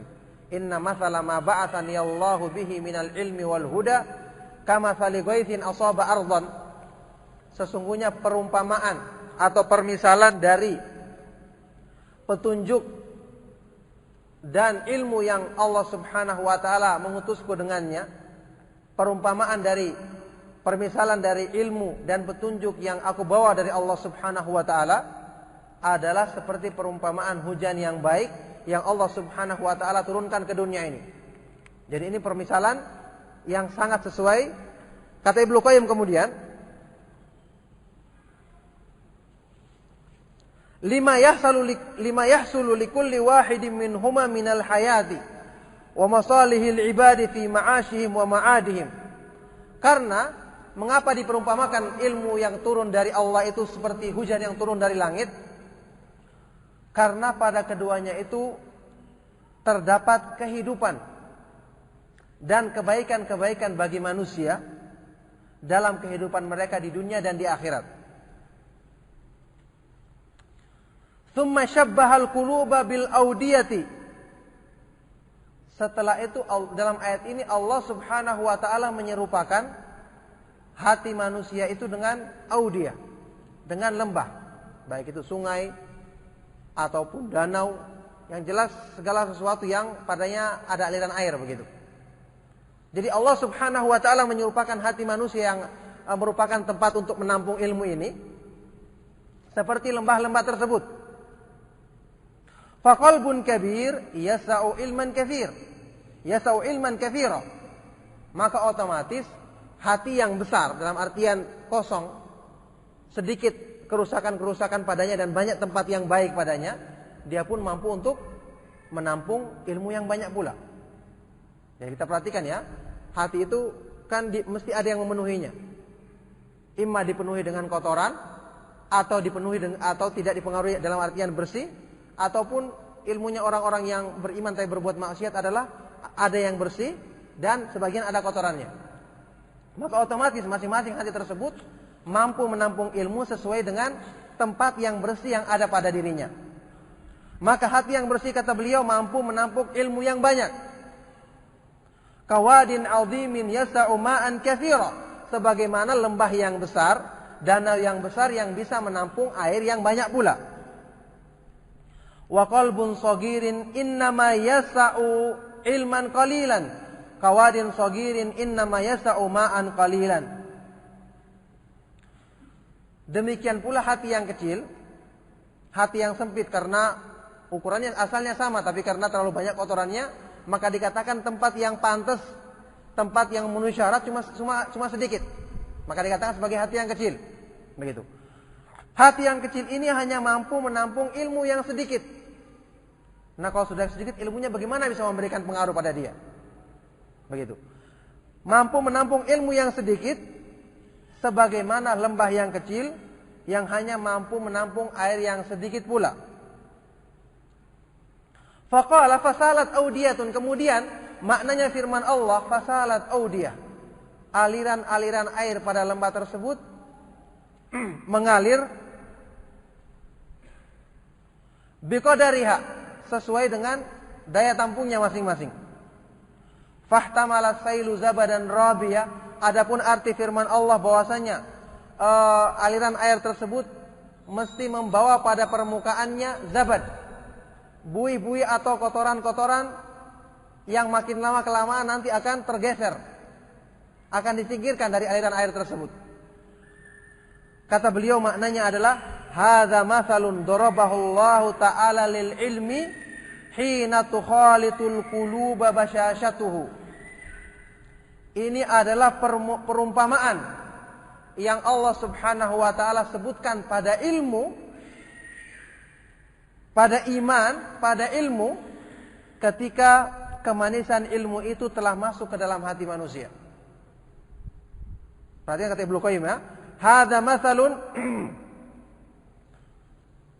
matsalun darabahu Allah taala lil ilmi hina tukhalitul quluba basyashatuhu. Ini adalah permisalan yang Allah jadikan, yang dengannya Allah perumpamakan ilmu ini ketika kemanisan ilmu itu telah masuk dan bercampur ke dalam hati manusia. Bagaimana pengaruhnya? Dia mengatakan fa innahu yastakhriju minha zabada syubhatil batilah fayatfu ala wajhil qalbi kama yastakhrijul sailu minal wadi zabadan ya'lu fawqal ma. Karena sesungguhnya jika kemanisan iman itu telah masuk ke dalam hati manusia, maka dengan mudah dia akan menyingkirkan kotoran-kotoran syubhat yang batil, yang kemudian nanti akan diapungkan di permukaan untuk kemudian disingkirkan keluar dari aliran yang semakin cepat jalannya, sebagaimana aliran air pada sungai atau pada lembah yang menyingkirkan, yang menjadikan pertama tadi dijadikan di permukaannya kemudian disingkirkan di atas permukaan air. Ini kita perhatikan satu hal yang menunjukkan kepada kita bahwa pantas kalau para sahabat Rasulullah SAW menjadi generasi yang terbaik. Kalau pantas mereka itu menjadi orang-orang yang sangat kokoh dalam menghadapi cobaan. Karena memang senjata utama ini mereka miliki. Kekuatan dan kemanisan ini mereka miliki. Yang dari semua segi jelas akan memberikan kekuatan kepada mereka. Belum dari masalah pengaruhnya, belum dari masalah apa yang mereka rasakan, bandingkan sendiri dari keadaan yang mereka rasakan saat itu dengan kemanisan iman, dengan keadaan yang mungkin kenikmatan dunia yang dirasakan oleh orang-orang di sekitar mereka. Mereka bandingkan dan mereka rasakan inilah yang kemanisan yang sebenarnya. Maka dengan ini mereka tidak akan mau meninggalkan selamanya agama ini. Maka dengan ini wajar kita dapati bahwasanya mereka itu adalah orang-orang yang menjadi generasi terbaik dan benar-benar tidak akan meninggalkan agama ini selama-lamanya. InsyaAllah kita istirahat sebentar ya. Alhamdulillah ala ihsanihi wa syukruhu ala taufiqi wa amtinanih. Sallallahu wasallam wa barak ala nabiyyina Muhammadin wa ala alihi wa sahbihi wa man tabi'ahum bi ihsanin ila yaumil qiyamati amma ba'du. Alhamdulillah kembali kita dengan izin dan taufik dari Allah kita teruskan kajian kita membahas apa yang kita sebutkan dalam tema kajian, yaitu menggapai kemanisan iman dan keindahan Islam. Ayyuhal ikhwatu fillah, ikhwani wa akhwati fid din, a'azzakumullah wa hafizakum. Setelah tadi kita telah melihat nas-nas Al-Qur'an dan hadis-hadis Rasulullah sallallahu alaihi wasallam tentang yang jelas sekali menunjukkan kepada kita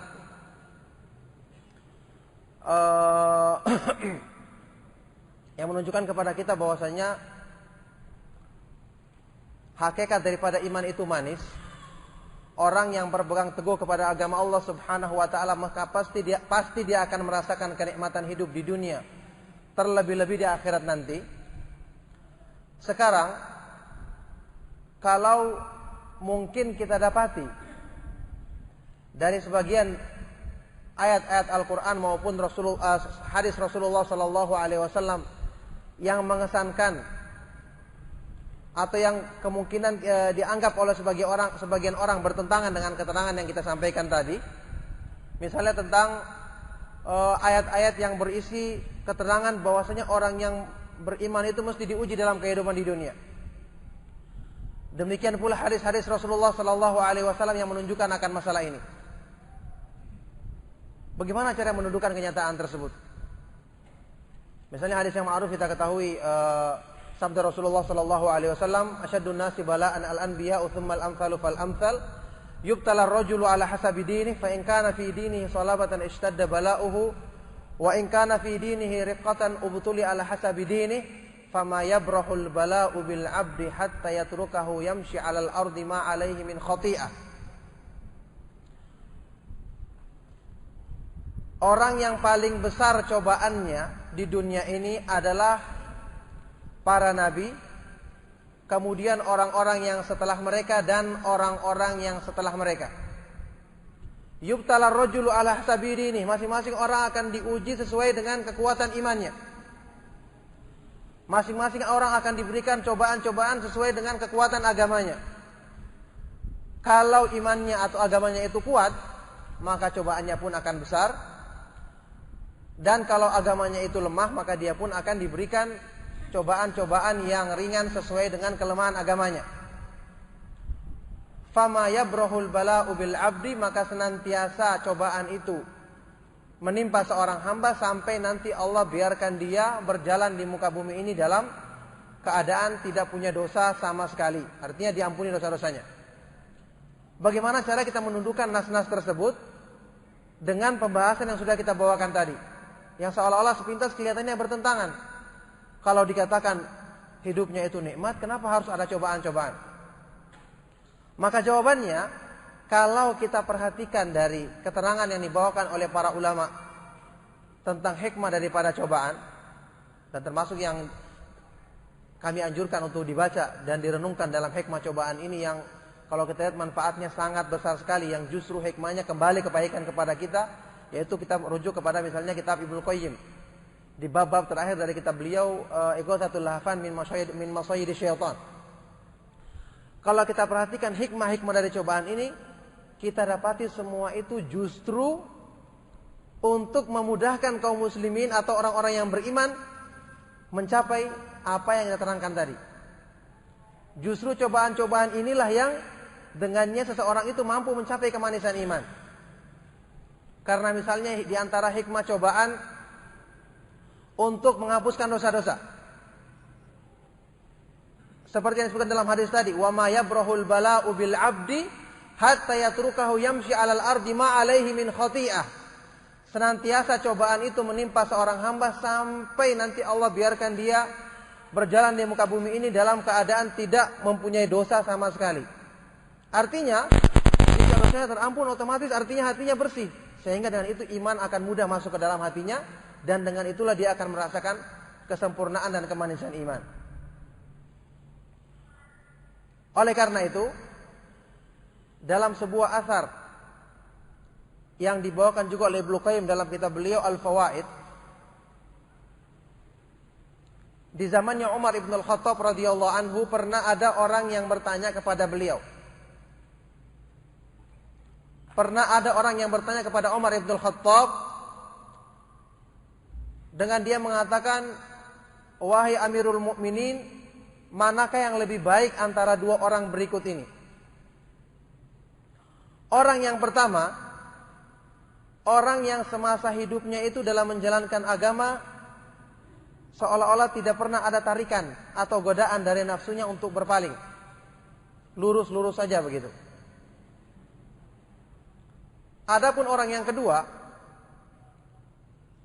terkadang atau bahkan sering tarikan-tarikan nafsunya itu datang menggoda dia, berusaha untuk menjerumuskan dia, tapi kemudian dia terus berusaha bangkit lagi untuk kemudian melawan nafsunya dan terus maju menuju jalan Allah Subhanahu wa taala. Maka kalau seandainya pertanyaan ini mungkin diajukan kepada orang yang tidak berilmu, dengan mudah dia mengatakan orang yang pertama lebih bagus karena dia lurus. Tidak pernah berhenti-berhenti, ibaratnya begitu lurus saja dalam beragama. Tapi apa jawabannya? Umar ibn al-Khattab radhiyallahu anhu dia mengatakan bahwasanya orang kedualah yang lebih baik. Karena orang yang kedua ini adalah orang yang termasuk yang disebutkan dalam firman Allah, minal ladzina imtahanallahu qulubahum littaqwa lahum maghfiratun wa ajrun azim. Orang kedua ini termasuk orang-orang yang sengaja Allah uji hatinya untuk Allah berikan ketakwaan kepadanya. Allah sengaja uji hatinya untuk Allah masukkan ketakwaan ke dalamnya. Dan dia ini akan mendapatkan pengampunan dan pahala yang agung dari Allah Subhanahu wa taala. Jadi kita perhatikan luar biasa hikmah dari cobaan justru akan untuk semakin meninggikan kedudukan seorang hamba tersebut. Justru untuk semakin mendekatkan dia kepada Allah Subhanahu wa taala. Yang mana orang yang pertama tadi meskipun kelihatannya lurus, tapi orang seperti ini belum teruji keimanannya. Yang nantinya kalau datang cobaan dengan mudah dia jatuh. Adapun orang ini dengan cobaan-cobaan dia tetap berusaha, maka inilah yang merupakan ujian yang hakiki pada keimanannya. Sehingga adanya upaya dia untuk terus bangkit kemudian melawan godaan tersebut menunjukkan bahwa benar-benar imannya itu adalah iman yang mantap, tekadnya benar-benar kuat, yang setelah mengetahui tekad yang kuat inilah Allah Subhanahu wa taala masukkan ketakwaan dalam dirinya. Oleh karena itu wujudnya godaan syaitan dalam hati manusia yang hanya berupa godaan saja, yang kemudian berupaya untuk ditolak oleh hati manusia, ini justru merupakan dalil akan kesempurnaan iman. Juga seperti kata Ibnu Qayyim dalam kitabnya Al-Fawaid, yaitu dalilnya adalah sewaktu beberapa orang sahabat pernah ada yang datang menemui Rasulullah sallallahu alaihi wasallam untuk bertanya, "Ya Rasulullah, inna ahadana la yajidu fi nafsihi ma la in yakhirru minas sama'i ilal ardi ahabbu ilaihi min ayyatakallama bihi." Jadi saya minta maaf, saya sekarang tidak merujuk kepada makalah karena bikin kacau jadinya gitu ya. Bikin terbatas. Ya Rasulullah, sesungguhnya salah seorang dari kami dia mendapati dalam dirinya satu perasaan, satu bisikan-bisikan atau was-was yang dia itu lebih memilih jatuh dari langit ke bumi daripada dia mengikuti bisikan-bisikan tersebut. Maka Rasulullah sallallahu alaihi wasallam mendengarkan ucapan ini, beliau mengatakan, menjawab, "Awa qad wajadtumu?" Apakah kalian telah merasakan ini? Dalam sebagian lafaz lain beliau mengatakan, "Dzaka sharihul iman." Justru itulah iman yang kuat. Itulah hal yang menunjukkan kekuatan iman. Dalam lafaz lain beliau mengatakan, "Alhamdulillahilladzi radda kaidahu ilal waswasah." Alhamdulillahilladzi radda kaida syaitan ilal waswasah. Segala puji bagi Allah yang telah melemahkan tipu daya syaitan menjadi bisikan-bisikan yang tidak berguna, bahkan justru semakin menguatkan iman orang yang beriman tersebut. Jadi justru ini merupakan hal yang menunjukkan kesempurnaan imannya. Karena apa? Buktinya dengan godaan-godaan tadi, cobaan-cobaan yang mesti Allah Subhanahu wa taala timpakan pada diri manusia, karena syaitan tidak akan mungkin tinggal diam. Orang yang bertakwa pun akan digoda. Tapi karena adanya ketakwaan dalam dirinya, adanya kesungguhan dalam dirinya untuk menjalankan agama ini, maka Allah Subhanahu wa taala wujudkan pertolongan bagi orang ini dengan dalam bentuk dilemahkan godaan tadi menjadi bisikan-bisikan yang tidak berdaya sehingga semakin menguatkan imannya. Mungkin kalau kita mau bikin contoh seperti gambarannya itu seperti apalagi itu kuman penyakit yang dilemahkan dimasukkan dalam tubuh kemudian merasakan kekebalan, begitu mungkin gambarannya. Apa istilahnya? vaksinasi ya begitu. Jadi kumannya dilemahkan dulu, dimasukkan justru untuk merangsang kekebalan kan begitu. Maka demikian pula ini, godaannya itu dilemahkan, dijadikan godaan yang tidak berarti, masuk dalam bentuk bisikan-bisikan saja yang kemudian dengan kekuatan imannya langsung ditolak sehingga semakin mantap imannya. Ini antara hikmah daripada cobaan. Jadi cobaan itu justru ujung-ujungnya nanti kesimpulannya justru untuk memudahkan hamba itu sendiri mencapai yang namanya kesempurnaan iman dan kemanisan iman yang telah kita terangkan tadi. Saya bawakan satu ucapan Ibnu Qayyim, di samping juga di situ sudah ada ucapan yang lain sebenarnya. Dari kitab beliau Al-Fawaid. Beliau mengatakan,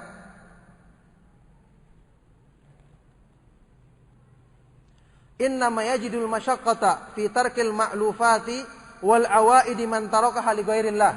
Kata beliau. Orang yang akan merasakan susah, sulit, merasakan berat meninggalkan kebiasaan-kebiasaan jeleknya, hanyalah orang yang meninggalkannya karena selain Allah. Wa amma man tarakaha shadiqan mukhlishan min qalbihi lillah, fa innahu la yajidu fi tarkiha masyaqqatan illa fi awwali wahlatin liyumtahana asadikun huwa fi tarkiha am kadzib. Adapun kalau dia meninggalkannya itu jujur dan ikhlas dari hatinya semata-mata karena Allah, maka orang seperti ini dia sama sekali tidak akan merasakan kesusahan, keberatan dalam meninggalkan kebiasaan-kebiasaan buruknya itu, perbuatan-perbuatan maksiat tersebut.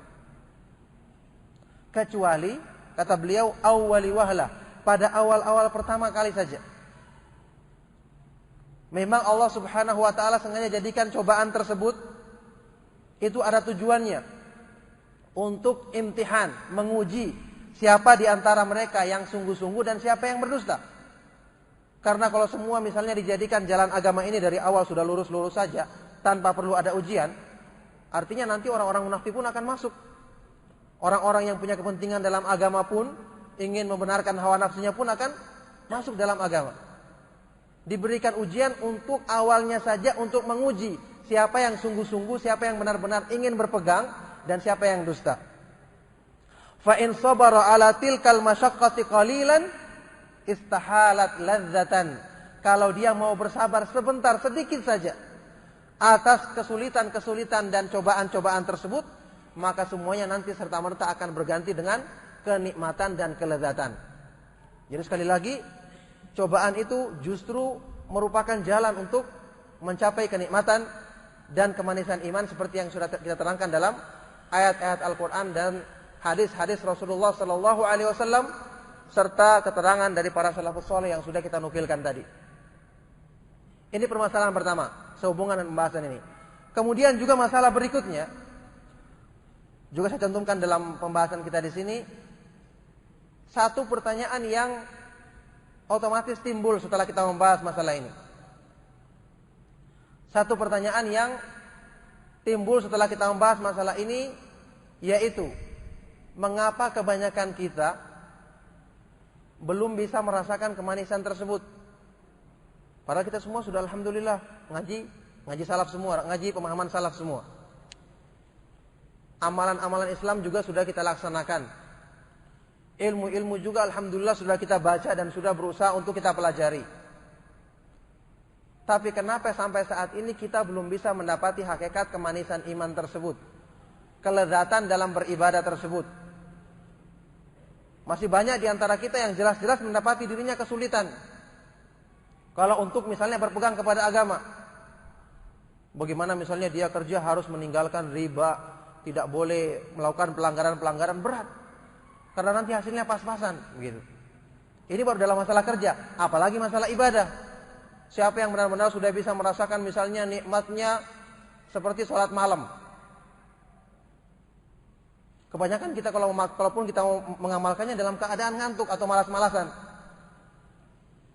Jangankan sholat malam, sholat subuh saja yang wajib juga seperti itu, apalagi sholat malam. Kan begitu keadaannya.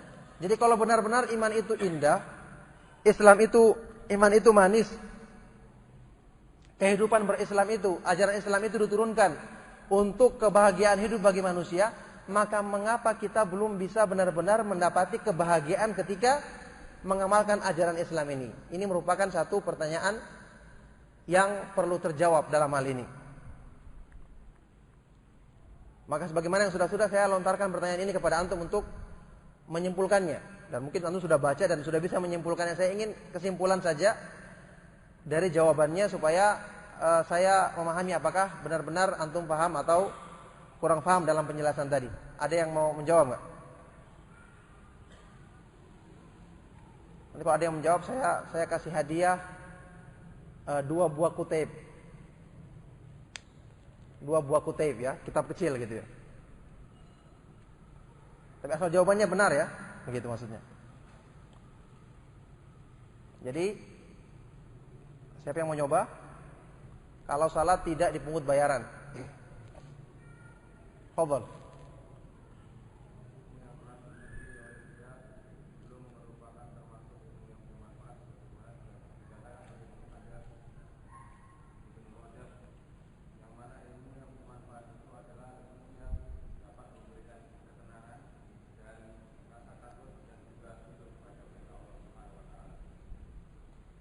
Jawabannya belum sudah dekat-dekat tapi belum kepada inti jawaban yang saya inginkan. Apa?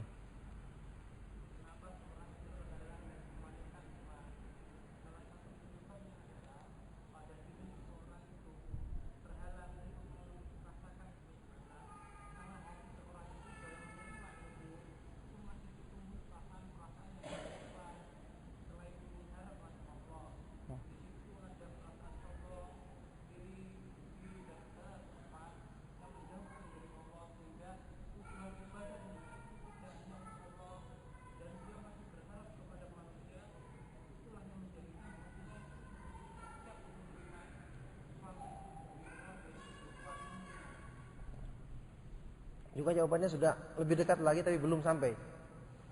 Ini mau dikasih sepotong kita Bapak. Nggak mungkin.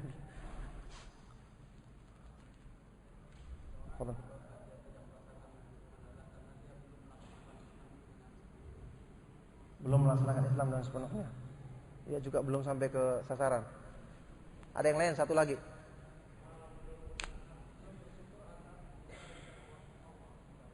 Belum bersyukur atas nikmat yang diberikan oleh Allah. Ada yang lain? Tertulis, kalau sebenarnya mau dibaca itu tertulis, tinggal disimpulkan saja mau saya begini.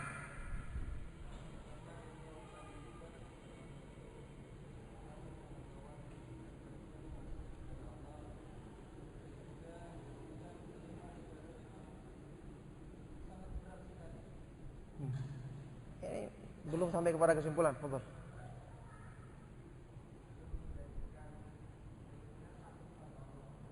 Ilmunya belum menjadikan takut kepada Allah juga masih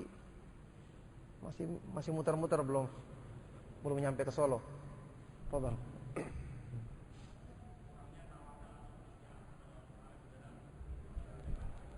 Kurangnya apa? Juga mirip-mirip tapi karena kalau saya mau apa ini benarkan semua nanti kasih semua habis nanti kutipnya. Fadal.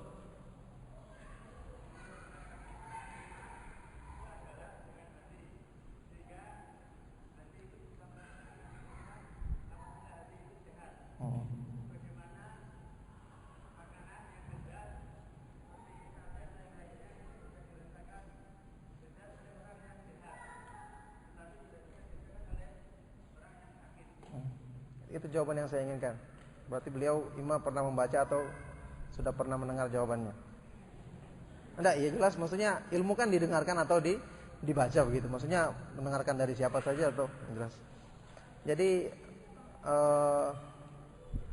sekali lagi semua sudah hampir benar jawabannya, tapi intinya adalah seperti yang diterangkan oleh Ustadz siapa? Diterangkan oleh teman kita ikhwan tadi, saudara kita tadi, yaitu intinya adalah karena hati itu yang akan merasakan kemanisan iman belum siap untuk menerima manisnya iman tersebut, karena dalam hal ini hati itu adalah dialah yang akan merasakan nikmat tersebut, kenikmatan taat tersebut. Gambarannya adalah saya terangkan di situ seperti makanan yang lezat yang dihadapkan pada orang yang sehat, orang yang tidak ada masalah dalam tubuhnya, maka otomatis dengan sendirinya dia akan makan makanan tersebut dengan mengambil manfaat benar-benar dengan lahap dan benar-benar merasakannya sebagai makanan yang lezat begitu. Sebaliknya, adapun kalau makanan tadi misalnya dihadapkan kepada orang yang sedang sakit, yang saya contohkan di situ misalnya orang yang sariawan atau orang yang kurang enak badan minimal, apa yang dia akan rasakan? Tetap rasanya tidak enak meskipun gratis mungkin, gitu ya. Meskipun dikasihkan gratis, cuma-cuma misalnya, tetap dia nggak bisa merasakan kenikmatannya. Tetap dia susah untuk memasukkan makanan tersebut dalam dirinya. Padahal kalau orang yang sehat, dia akan merasakannya nikmat. Maka demikian pula hati manusia. Jadi dalam kondisi seperti tadi jelas yang salah adalah orangnya, bukan makanannya. Maka demikian pula iman, demikian pula ajaran-ajaran Islam, ibadah-ibadah yang Allah Subhanahu wa taala syariatkan kepada kita hanya akan dirasakan hakikat kemanisannya oleh orang yang memiliki hati yang sehat pula dan tidak ada masalah pula gitu maksudnya. Adapun ketika dihadapkan kepada orang yang hatinya bermasalah, sama keadaannya dengan orang yang anggota badannya bermasalah, maka dia nanti merasakannya tidak sesuai dengan kenyataan yang sebenarnya. Berarti bukan Islamnya yang salah, tapi kita-kitanya sendiri yang kurang sempurna dalam keimanan dan keislaman kita. Itulah hakikat daripada permasalahan ini. Jadi sekali lagi, intinya agama Islam itu adalah agama yang syariatnya itu diturunkan untuk kebahagiaan hidup manusia. Akan tetapi kebanyakan atau mayoritas orang saat ini belum bisa merasakan hal tersebut karena ada yang tidak beres dalam iman mereka. Ada yang perlu diobati dalam hati mereka. Maka oleh karena itulah yang saya katakan tadi, upaya untuk mengobati penyakit hati ini satu perkara yang sangat penting, bahkan termasuk pokok dalam agama Islam ini. Ingat, hati itu tempatnya tauhid ya. Tauhid itu tidak akan masuk cuma di pemahaman atau wawasan saja. Kalau hatinya tidak bersih, tauhid tidak akan masuk selama-lamanya. Demikian pula ilmu-ilmu yang lainnya. Mengapa para ulama menjelaskan bahwasanya media untuk menerima ilmu yang bermanfaat itu adalah hati yang baik? Mengapa para ulama menyebutkan bahwasanya, yang mungkin saya pernah terangkan juga pengajian di Solo sini, bahwasanya ilmu yang bermanfaat itu ada 4 syaratnya. Yang pertama, sumbernya harus baik. Sumbernya harus baik, yaitu dalam hal ini sumbernya termasuk buku yang menjadi sumber ilmunya yang dikaji. Kemudian juga misalnya itu keterangan dari para ulama, maka ulama tersebut harus benar-benar ulama yang lurus dalam masalah manhaj, ilmu dan ketakwaannya, pengamalan ilmunya. Demikian pula dalam hal ini juga berlaku bagi ustadz yang menyampaikan ilmu tadi. Jadi Ibnu Qayyim menerangkan ini keempat syarat. Jadi ada 4 faktor yang dibutuhkan untuk menjadikan ilmu kita ilmu yang bermanfaat. 4 syarat. Berdasarkan firman Allah Subhanahu wa taala dalam surat Qaf ayat ke-18, "Inna fi dzalika ladzikra liman kana lahu qalbun aw alqa sam'a wa huwa syahid." Sesungguhnya pada yang demikian itu benar-benar terdapat zikra, peringatan, bagi orang-orang yang memiliki hati atau orang-orang yang mengkonsentrasikan pendengarannya dalam keadaan dia hadir.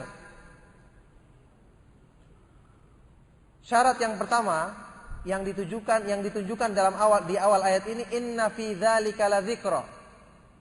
Sesungguhnya pada yang demikian itu benar-benar terdapat peringatan atau pelajaran.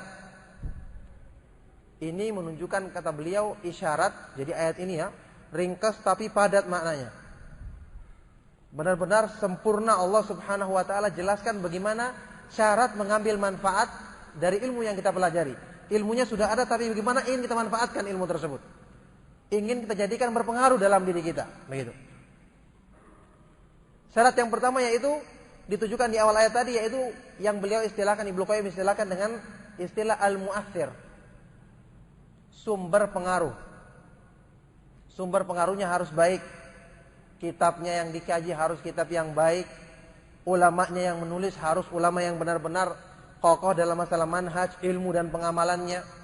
Termasuk juga ustadz yang menyampaikannya harus diteliti, minimal dia adalah seorang yang manhaj asalnya adalah manhaj salaf. Dan ada usaha, ada upaya untuk benar-benar mempelajari dan mengamalkan agama Islam ini berdasarkan pemahaman para salafus saleh. Ini makna sumber yang baik. Sudah kita bahas tadi bagaimana keberadaan para sahabat Rasulullah sallallahu alaihi wasallam memiliki iman yang demikian kuat. Kenapa? Karena keberadaan Rasulullah sallallahu alaihi wasallam di antara mereka sebagai sumber yang terbaik, sumber ilmu yang terbaik. Dan juga karena ayat-ayat Al-Qur'an langsung mereka saksikan turunnya. Dua sumber inilah yang kemudian menjadi sebab mereka kemudian lahir dalam diri mereka kekuatan iman yang demikian mantap. Maka Allah isyaratkan tentang hal ini dalam Al-Quran dalam surat Al-Imran. Wa kaifa takfuruna wa antum tutla alaikum ayatullahi wa fikum rasuluh. Bagaimana mungkin kalian menjadi kufur? Maknanya lafaz ini adalah seperti diterangkan dalam tafsir As-Sa'di, al-kufru ba'idun ankum. Yaitu bagaimana mungkin, artinya tidak mungkin kalian itu menjadi kufur wahai para sahabat. Kenapa? Wa antum tutla alaikum ayatullahi, karena dibacakan di hadapan kalian ayat-ayat Allah sebagai sumber ilmu yang paling baik. Dan juga wa fikum rasuluh, dan di kalangan kalian ada Rasulullah sallallahu alaihi wasallam sebagai dai yang terbaik. Jadi yang saya katakan tadi, wajar kalau kemudian kita dapati dalam kenyataan di kalangan salafiyin di Indonesia, wajar kalau hasilnya pun pas-pasan. Karena kita semua harus mengakui bahwa keberadaan sumber-sumber ilmu di negeri kita juga ya seadanya. Jauh dari ulama kita, rata-rata juga yang belajar baru-baru berapa tahun paling begitu. Kemudian rata-rata juga ketemu dengan para ulama juga jarang.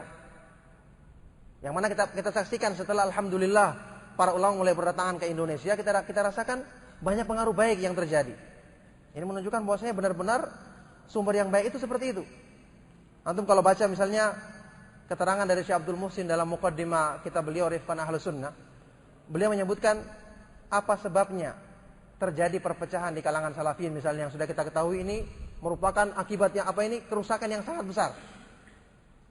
Di antara sebabnya adalah hilangnya bimbingan atau berkurangnya bimbingan dari ulama-ulama yang besar yang kita ketahui pada waktu itu meninggal secara bersamaan atau berdekatan, yaitu Syekh bin Baz, Syekh Albani, kemudian Syekh Ibnu Utsaimin rahimahumullah taala.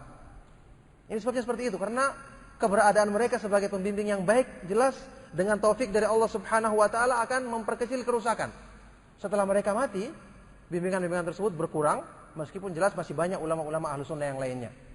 Jadi kita perhatikan ini benar-benar fungsi daripada seorang pembimbing yang baik, sekali lagi itu memberikan hasil maksimal kepada orang-orang yang menjadi mad'unya atau murid-murid didikannya. Itu faktor yang pertama atau syarat yang pertama. Syarat yang kedua yang ditujukan dalam ayat tadi, liman kana lahu qalbun. Faktor itu hanya diterima oleh orang-orang yang memiliki hati. Ini yang sehubungannya dengan yang kita bahas tadi. Orang-orang yang memiliki hati, artinya hati yang sehat, hati yang hidup. Karena bagaimanapun Rasulullah SAW yang berdakwah, Al-Quran yang diturunkan kepada mereka, tapi orang-orang munafik juga ternyata menjadi orang yang paling buruk, orang yang paling jelek. Kenapa? Karena mereka tidak memiliki hati. Faktor yang kedua ini yang diistilahkan oleh Ibnu Qayyim dengan al-mahallul qabil, objek atau media untuk menampung pengaruh. Meskipun sumbernya baik, kalau medianya tidak baik maka tidak akan jadi hasilnya. Ini faktor yang kedua, dan ini yang kita sambungkan pembahasan kita, karena ilmu itu adalah tempatnya dalam hati manusia. Sehingga Allah, di antara pujian yang Allah berikan kepada orang-orang yang berilmu, yang Allah katakan dalam Al-Quran, bal huwa ayatum bayyinatum fi suduril ladzina utul ilma. Bahkan Al-Quran itu adalah ayat-ayat yang jelas yang terdapat di dalam dadanya orang-orang yang berilmu. Berarti ilmu itu tempatnya bukan cuma sekedar dalam ucapan atau dalam wawasan, tapi dalam hati manusia. Maka mengupayakan sumber yang baik ini atau media untuk menampung ilmu ini merupakan perkara yang sangat penting. Sehingga nanti ilmu yang dipelajari tidak cuma sekedar numpang lewat. Tidak cuma sekedar numpang lewat saja. Mendapati hatinya kotor maka dia tidak akan masuk selama-lamanya. Ibnu Qayyim juga menyebutkan dalam kitabnya Al-Fawaid satu kaidah, annal mahallal wahid la yajtami'u fihi diddan. Pada satu tempat tidak akan terkumpul dua hal yang bertentangan. Air tidak mungkin berkumpul sama api, kata beliau, demikian pula hati manusia. Kalau dipenuhi dengan kesyirikan tidak akan masuk tauhid selama-lamanya. Kalau dipenuhi dengan syubhat, dengan bid'ah, tidak akan masuk sunnah selama-lamanya. Kalaupun nanti masuk sunnah, itu karena ada tempat sedikit dalam hati tersebut yang kosong dari kebid'ahan misalnya. Jadi tidak akan mungkin bergabung secara bersamaan begitu, mesti akan saling tolak-menolak. Nah, oleh karena itu termasuk dalam hal ini upaya kita untuk terus memacu diri kita belajar yang nanti akan semakin membersihkan hati kita, karena sudah kita bahas tadi fungsi daripada ilmu adalah untuk membersihkan kotoran-kotoran dalam hati kita sebagaimana air yang Allah Subhanahu wa taala turunkan dari langit. Ini sekali lagi faktor yang kedua. Kemudian faktor yang ketiga adalah apa yang beliau istilahkan dengan al-qasam'a dalam ayat tadi, atau orang-orang yang mengkonsentrasikan pendengarannya, yaitu syartut ta'atsur bil kalam, usaha untuk mendapatkan pengaruh. Jadi harus ada usaha menghadiri pengajian, membaca Al-Quran dengan merenungkannya, tadabbur dalam membaca Al-Quran, menghadiri pengajian-pengajian, kemudian termasuk juga waktu kita berzikir merenungkannya. Ini yang juga satu hal yang kurang kita lakukan, subhanallah. Na'udzubillah wa nasallahu taufik wal hidayah. yakni tadabburul Quran. Masih sedikit di antara kita yang bisa melaksanakan hal ini, dalam artian benar-benar menjadikan Al-Quran itu sebagai sumber penyembuh bagi kita. Sekarang kebanyakan orang mengartikan penyembuh, arti penyembuh Al-Quran itu dengan sangat sempit sekali. Diartikan cuma waktu meruqyah saja. Cuma waktu meruqyah saja. Padahal pengertian istishfa bil Quran, mengambil obat dari Al-Quran, itu pengertiannya sangat luas. Yang dari sini kita mengetahui kenapa sebagian dari para ulama salaf, misalnya sewaktu membaca satu ayat, mereka mengulang-ulanginya. Kenapa dari para ulama tabi'in mereka ada yang mengatakan bahwasanya kami mempelajari Al-Quran dari satu kaum yang mereka itu jika membaca 10 ayat maka mereka tidak melewatinya sampai mereka faham dan mengamalkannya. Kenapa seperti itu? Karena ini merupakan metode untuk istishfa bil Quran, yang kalau kita lihat gambarannya adalah seseorang yang mendapati dirinya ada penyakit dalam hatinya, misalnya dalam dirinya ada penyakit. Misalnya dia merasakan penyakit syahwat dalam dirinya terlalu besar, atau kurangnya rasa takut dia kepada Allah misalnya. Maka caranya dia membaca Al-Quran. Ketika dia melewati ayat-ayat yang bersifat ancaman, dia berusaha untuk renungkan maknanya dengan sebaik-baiknya. Dia serap maknanya dan dimasukkan ke dalam hatinya, direnungkan terus, kalau perlu diulang-ulang sampai benar-benar terasa maknanya masuk ke dalam hati. Maka insya Allah dengan taufik dari Allah Subhanahu wa ta'ala, dengan itu Allah akan mudahkan pengaruh Al-Quran tadi masuk dalam dirinya. Karena ingat, Al-Quran tanpa direnungkan maka pengaruhnya tidak akan kita dapatkan, ataupun sangat sedikit sekali. Itu minimal. Jadi Al-Quran tanpa direnungkan tidak akan kita dapati maknanya. Sehingga kata Ibnu Qayyim sewaktu beliau menjelaskan tentang masalah ini dalam kitab Ighatsatul Lahfan, beliau menjelaskan walakinna dzalika mauqufun ala fahmi ma'nahu wa ma'rifatil muradi minhu. Akan tetapi fungsi daripada Al-Quran itu hanya didapatkan tergantung dari ma'rifati ma'nahu, sejauh mana kita mengenal kandungan maknanya. Mauqufun ala fahmi ma'nahu, sejauh mana kita memahami maknanya dan mengetahui kandungan atau tafsirannya. Jadi minimal seharusnya kita kalau baca terjemahannya itu minimal. Kalau kita mau bahkan kita berusaha untuk mengetahui tafsirannya lebih lanjut. Ini caranya untuk benar-benar kita masukkan pengaruh Al-Quran secara sempurna ke dalam diri kita.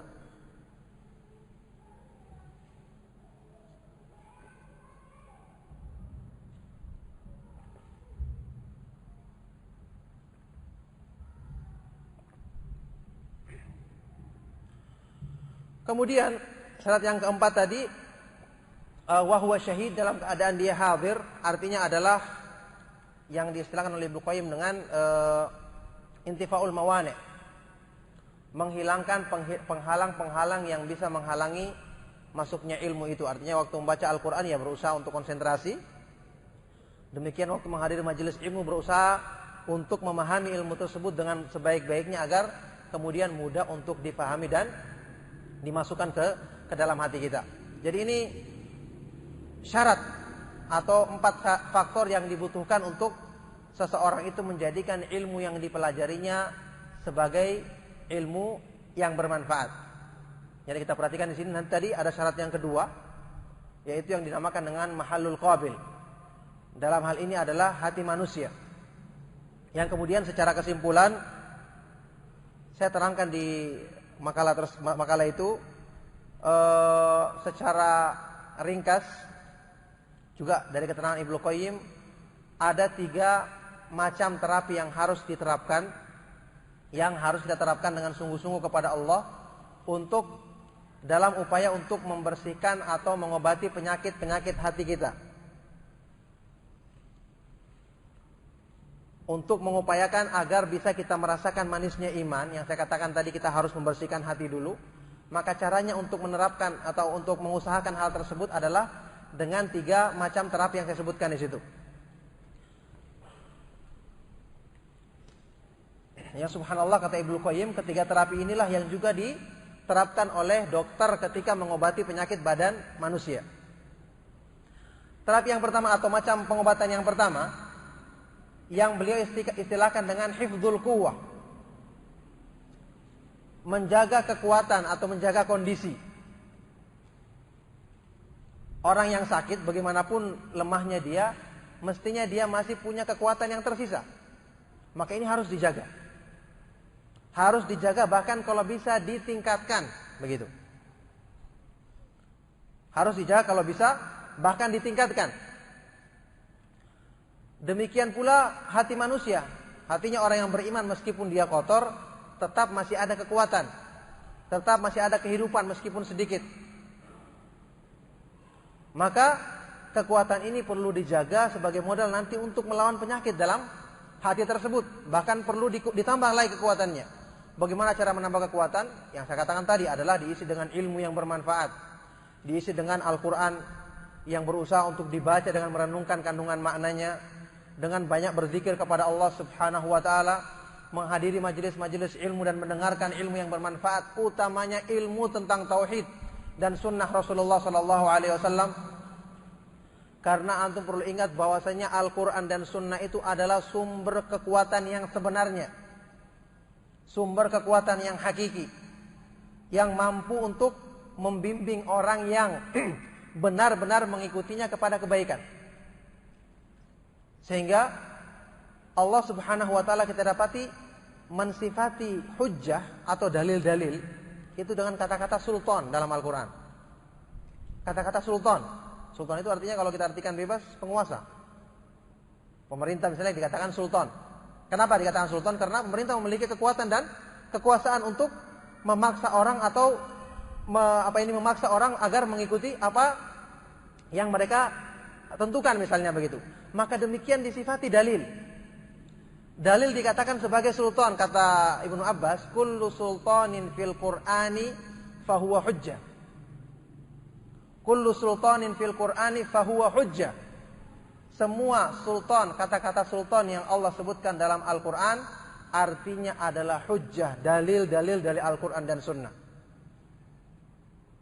Sanulqi fi qulubil ladzina kafarur ru'ba bima asyraku billahi ma lam yunazzil bihi sultana. Allah katakan demikian. Di antara contohnya dalil yang disebut dengan istilah hujjah. Kami akan masukkan ke dalam hatinya orang-orang kafir perasaan takut dan gentar. Kenapa? Karena mereka menyekutukan Allah dengan sesuatu yang Allah tidak turunkan sultan tentangnya. Sultan di sini kata Ibnu Abbas artinya adalah hujjah. Kenapa ilmu itu disifati sebagai memiliki kekuatan dan kekuasaan? Karena memang demikian hakikatnya. Ilmu itu mampu membimbing orang-orang yang benar mengikutinya kepada kebaikan. Seperti yang sudah kita bahas tadi, kemanisan iman yang kita bahas dari ucapannya Ali bin Abi Thalib tadi. Waktu dia mengatakan hajama bihimul ilmu. Ilmu itulah yang membimbing mereka. Berarti ilmu itu punya kekuatan. Demikian pula ucapan yang masyhur dari Abdullah bin Al-Imam Daraqutni, Al-Imam Abdul Hasan Ad-Daraqutni. Sewaktu dia mengatakan talabnal ilma li ghairillahi fa aba ay yakuna illa lillah. Talabnal ilma li ghairillahi fa aba ay yakuna illa lillah.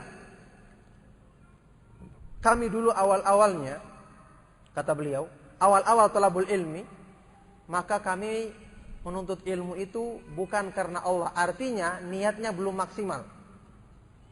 Bagaimanapun pertama-tama kita menuntut ilmu, kita masih dapati banyak kekurangan-kekurangan, kotornya hati kita masih banyak kotoran dalam hati kita, sehingga niatnya pun belum maksimal dalam keikhlasannya. Tapi kata beliau, fa'aba ayyakuna illallah. Ilmu itu sendiri enggan untuk dibawa kepada selain Allah, sehingga di tengah jalan dia yang menggiring kami untuk kemudian mencapai kesempurnaan dalam ikhlas kepada Allah Subhanahu wa taala. Jadi perhatikan demikian kekuatan ilmu yang bermanfaat. Bisa membimbing pemiliknya untuk dibawa kepada berbagai macam kebaikan-kebaikan dengan syarat dia benar-benar mau mengikuti ilmu tersebut. Nah, kemudian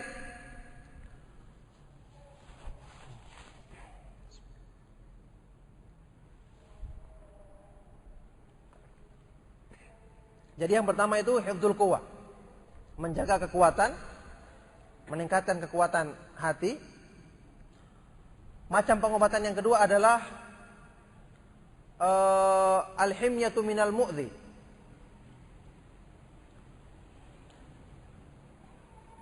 menjaga, sebentar lagi. Al-himyatu minal mu'dhi, menjaga penjagaan dari penyakit-penyakit luar tambahan. Sudah ada penyakitnya, jangan semakin dilemahkan dengan tambahan penyakit-penyakit lain. Makanya orang yang sakit kalau datang ke dokter disuruh dia untuk menjauhi hal-hal tertentu supaya tidak semakin memperparah penyakitnya. Apalagi menambah penyakit yang lain, masuknya kuman penyakit lain.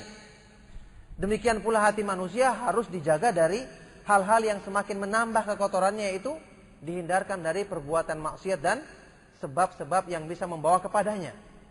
Karena kedudukan perbuatan maksiat pada hati manusia adalah kedudukannya seperti kuman penyakit pada badan manusia.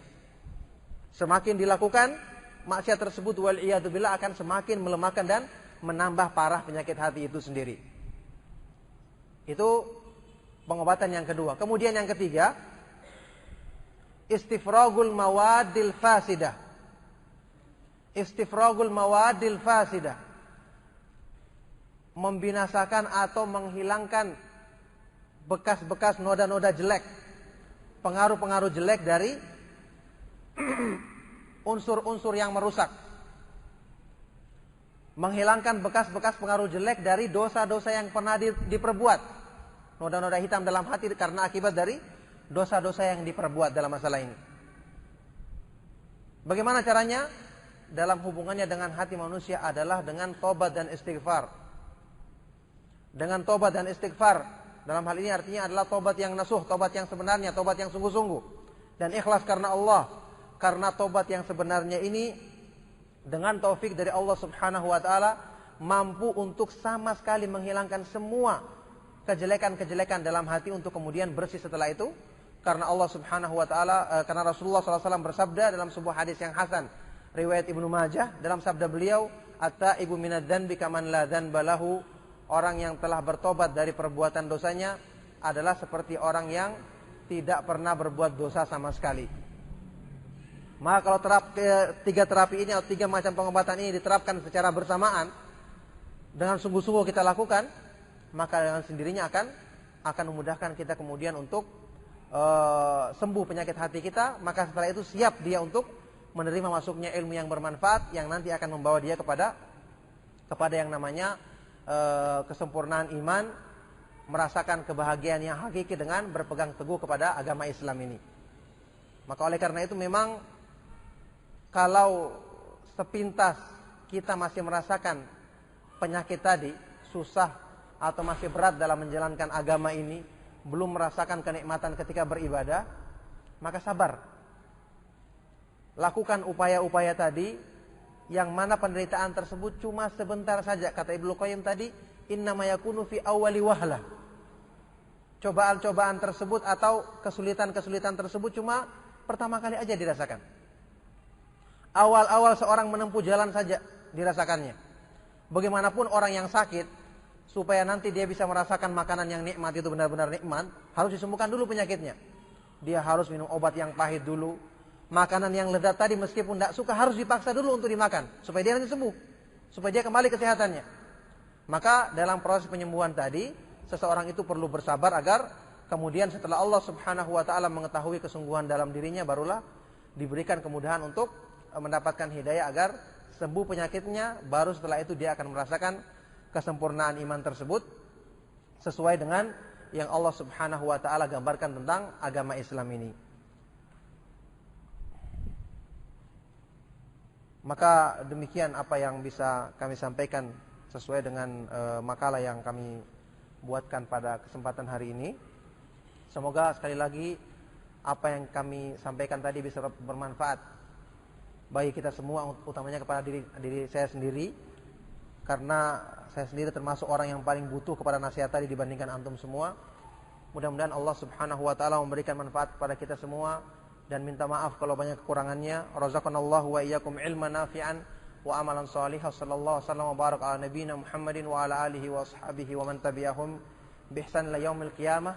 Wa akhiru da'wana anil hamdulillahi rabbil alamin.